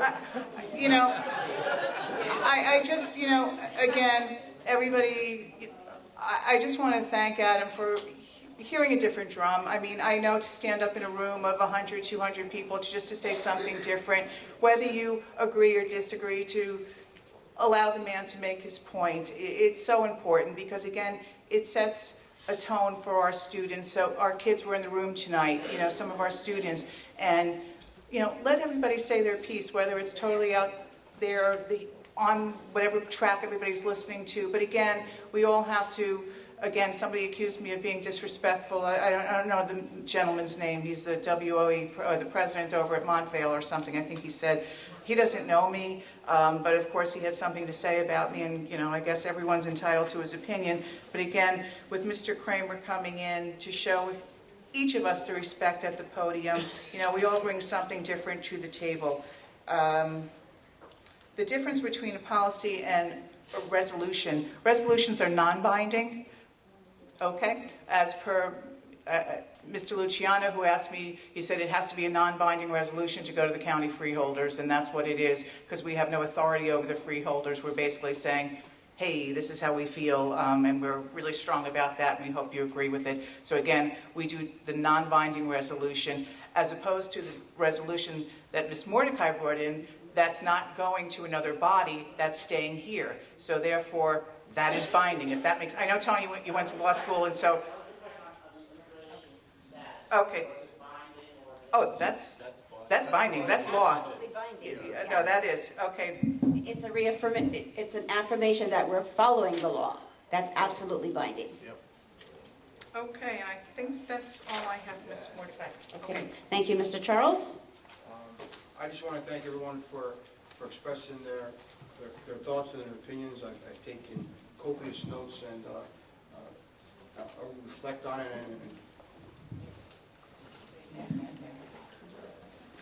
I just want to thank everybody for coming and sharing their opinion and thoughts on the process and some of the direction and ideas they have for the district. I've taken copious notes, and certainly will take a lot of the sentiments over the next 2 weeks as we go forward, finalizing some of the budget issues and some of the contract issues. So I have. Thank you. Mr. Robertson? Well, I agree with Mr. Charles. I mean, really tonight we got to hear, listening to your points of views educates us. And I'm taking 1 billion pages of notes, but the real big takeaways are that we as a board need to go back and think seriously about things that we could do to address morale as a district.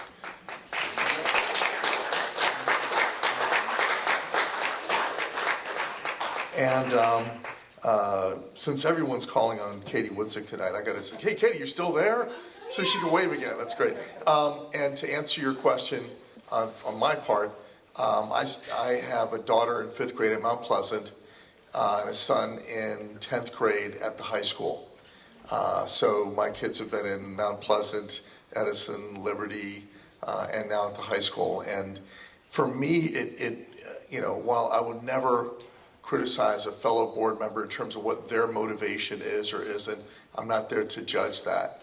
I can say for myself, it makes a huge difference having kids in the district, because I'm hearing other parents on, actually I just haven't been to a Mount Pleasant PTA recently because my board meeting is all conflicted with it, but listening to the other parents who are my peers, whose children are at events and sports and different things with my kids, it educates me every day. It sensitizes me, as well as what my own children are going through.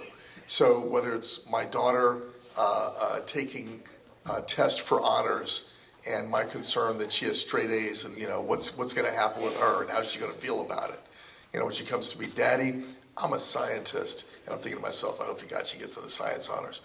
So it becomes a personal experience, as well as in looking at having the 30,000-foot view as a board member and trying to get the big picture. So it really makes a difference for me, and also seeing how curricula affects our kids, what their actual experience is. I've been able to developing personal relationships with teachers and really being just totally enthralled by the talent and the dedication and the love and support that my kids and my family have personally experienced. These things to me are here now, real today, and because my daughter's only in 5th grade, going to be here sometime to come. So it makes a difference for me as a board member. Thanks. Thank you, Mr. Robertson. just want to add my thanks as well to everyone who came out tonight and voiced their opinions. And I know everyone was really upset over the last couple weeks, but unfortunately, as board members, we take an oath as elected officials, and we have to abide by that oath. A lot of what we do, I know there's a comment about transparency. Unfortunately, there's a lot that we cannot be transparent about when it comes to any legal matters or personnel. And that's why we have to distribute rights notices to employees when we have to discuss them in board agendas or for the union. So it seems like we're not being transparent, but we're bound by the law. We can't talk about positions, legal or personnel, unless they're riced. So whoever's on the agenda gets riced, and then we can talk about them. We can't talk about anything else. So it seems like we're not being transparent. And I just want to add that I'm very proud of all the students who came tonight to speak, and of the students who walked out. While I may not agree with everything that everyone says or does, I believe it's very brave for them to step out there and, exhibit all that energy and their First Amendment right and everything. And I'm looking forward to one of them becoming a board member. I don't know, Cindy, I know you mentioned you want to know if everyone has kids who are on the board. The criteria for being a board member is 18 and a resident. So I'm looking forward to one of our youngsters becoming a board member in West Orange one day. There is, I think, a 20-year-old in South Orange. There are many districts with 18-year-old board members or 20-year-old board members. So looking forward to our student government or someone else in the district becoming a board member one day. And that's it for me. Have a good night, everyone. Get home safe. Motion to adjourn. And we're going back into closed session. So motion to go back into closed session. Yes. Yes.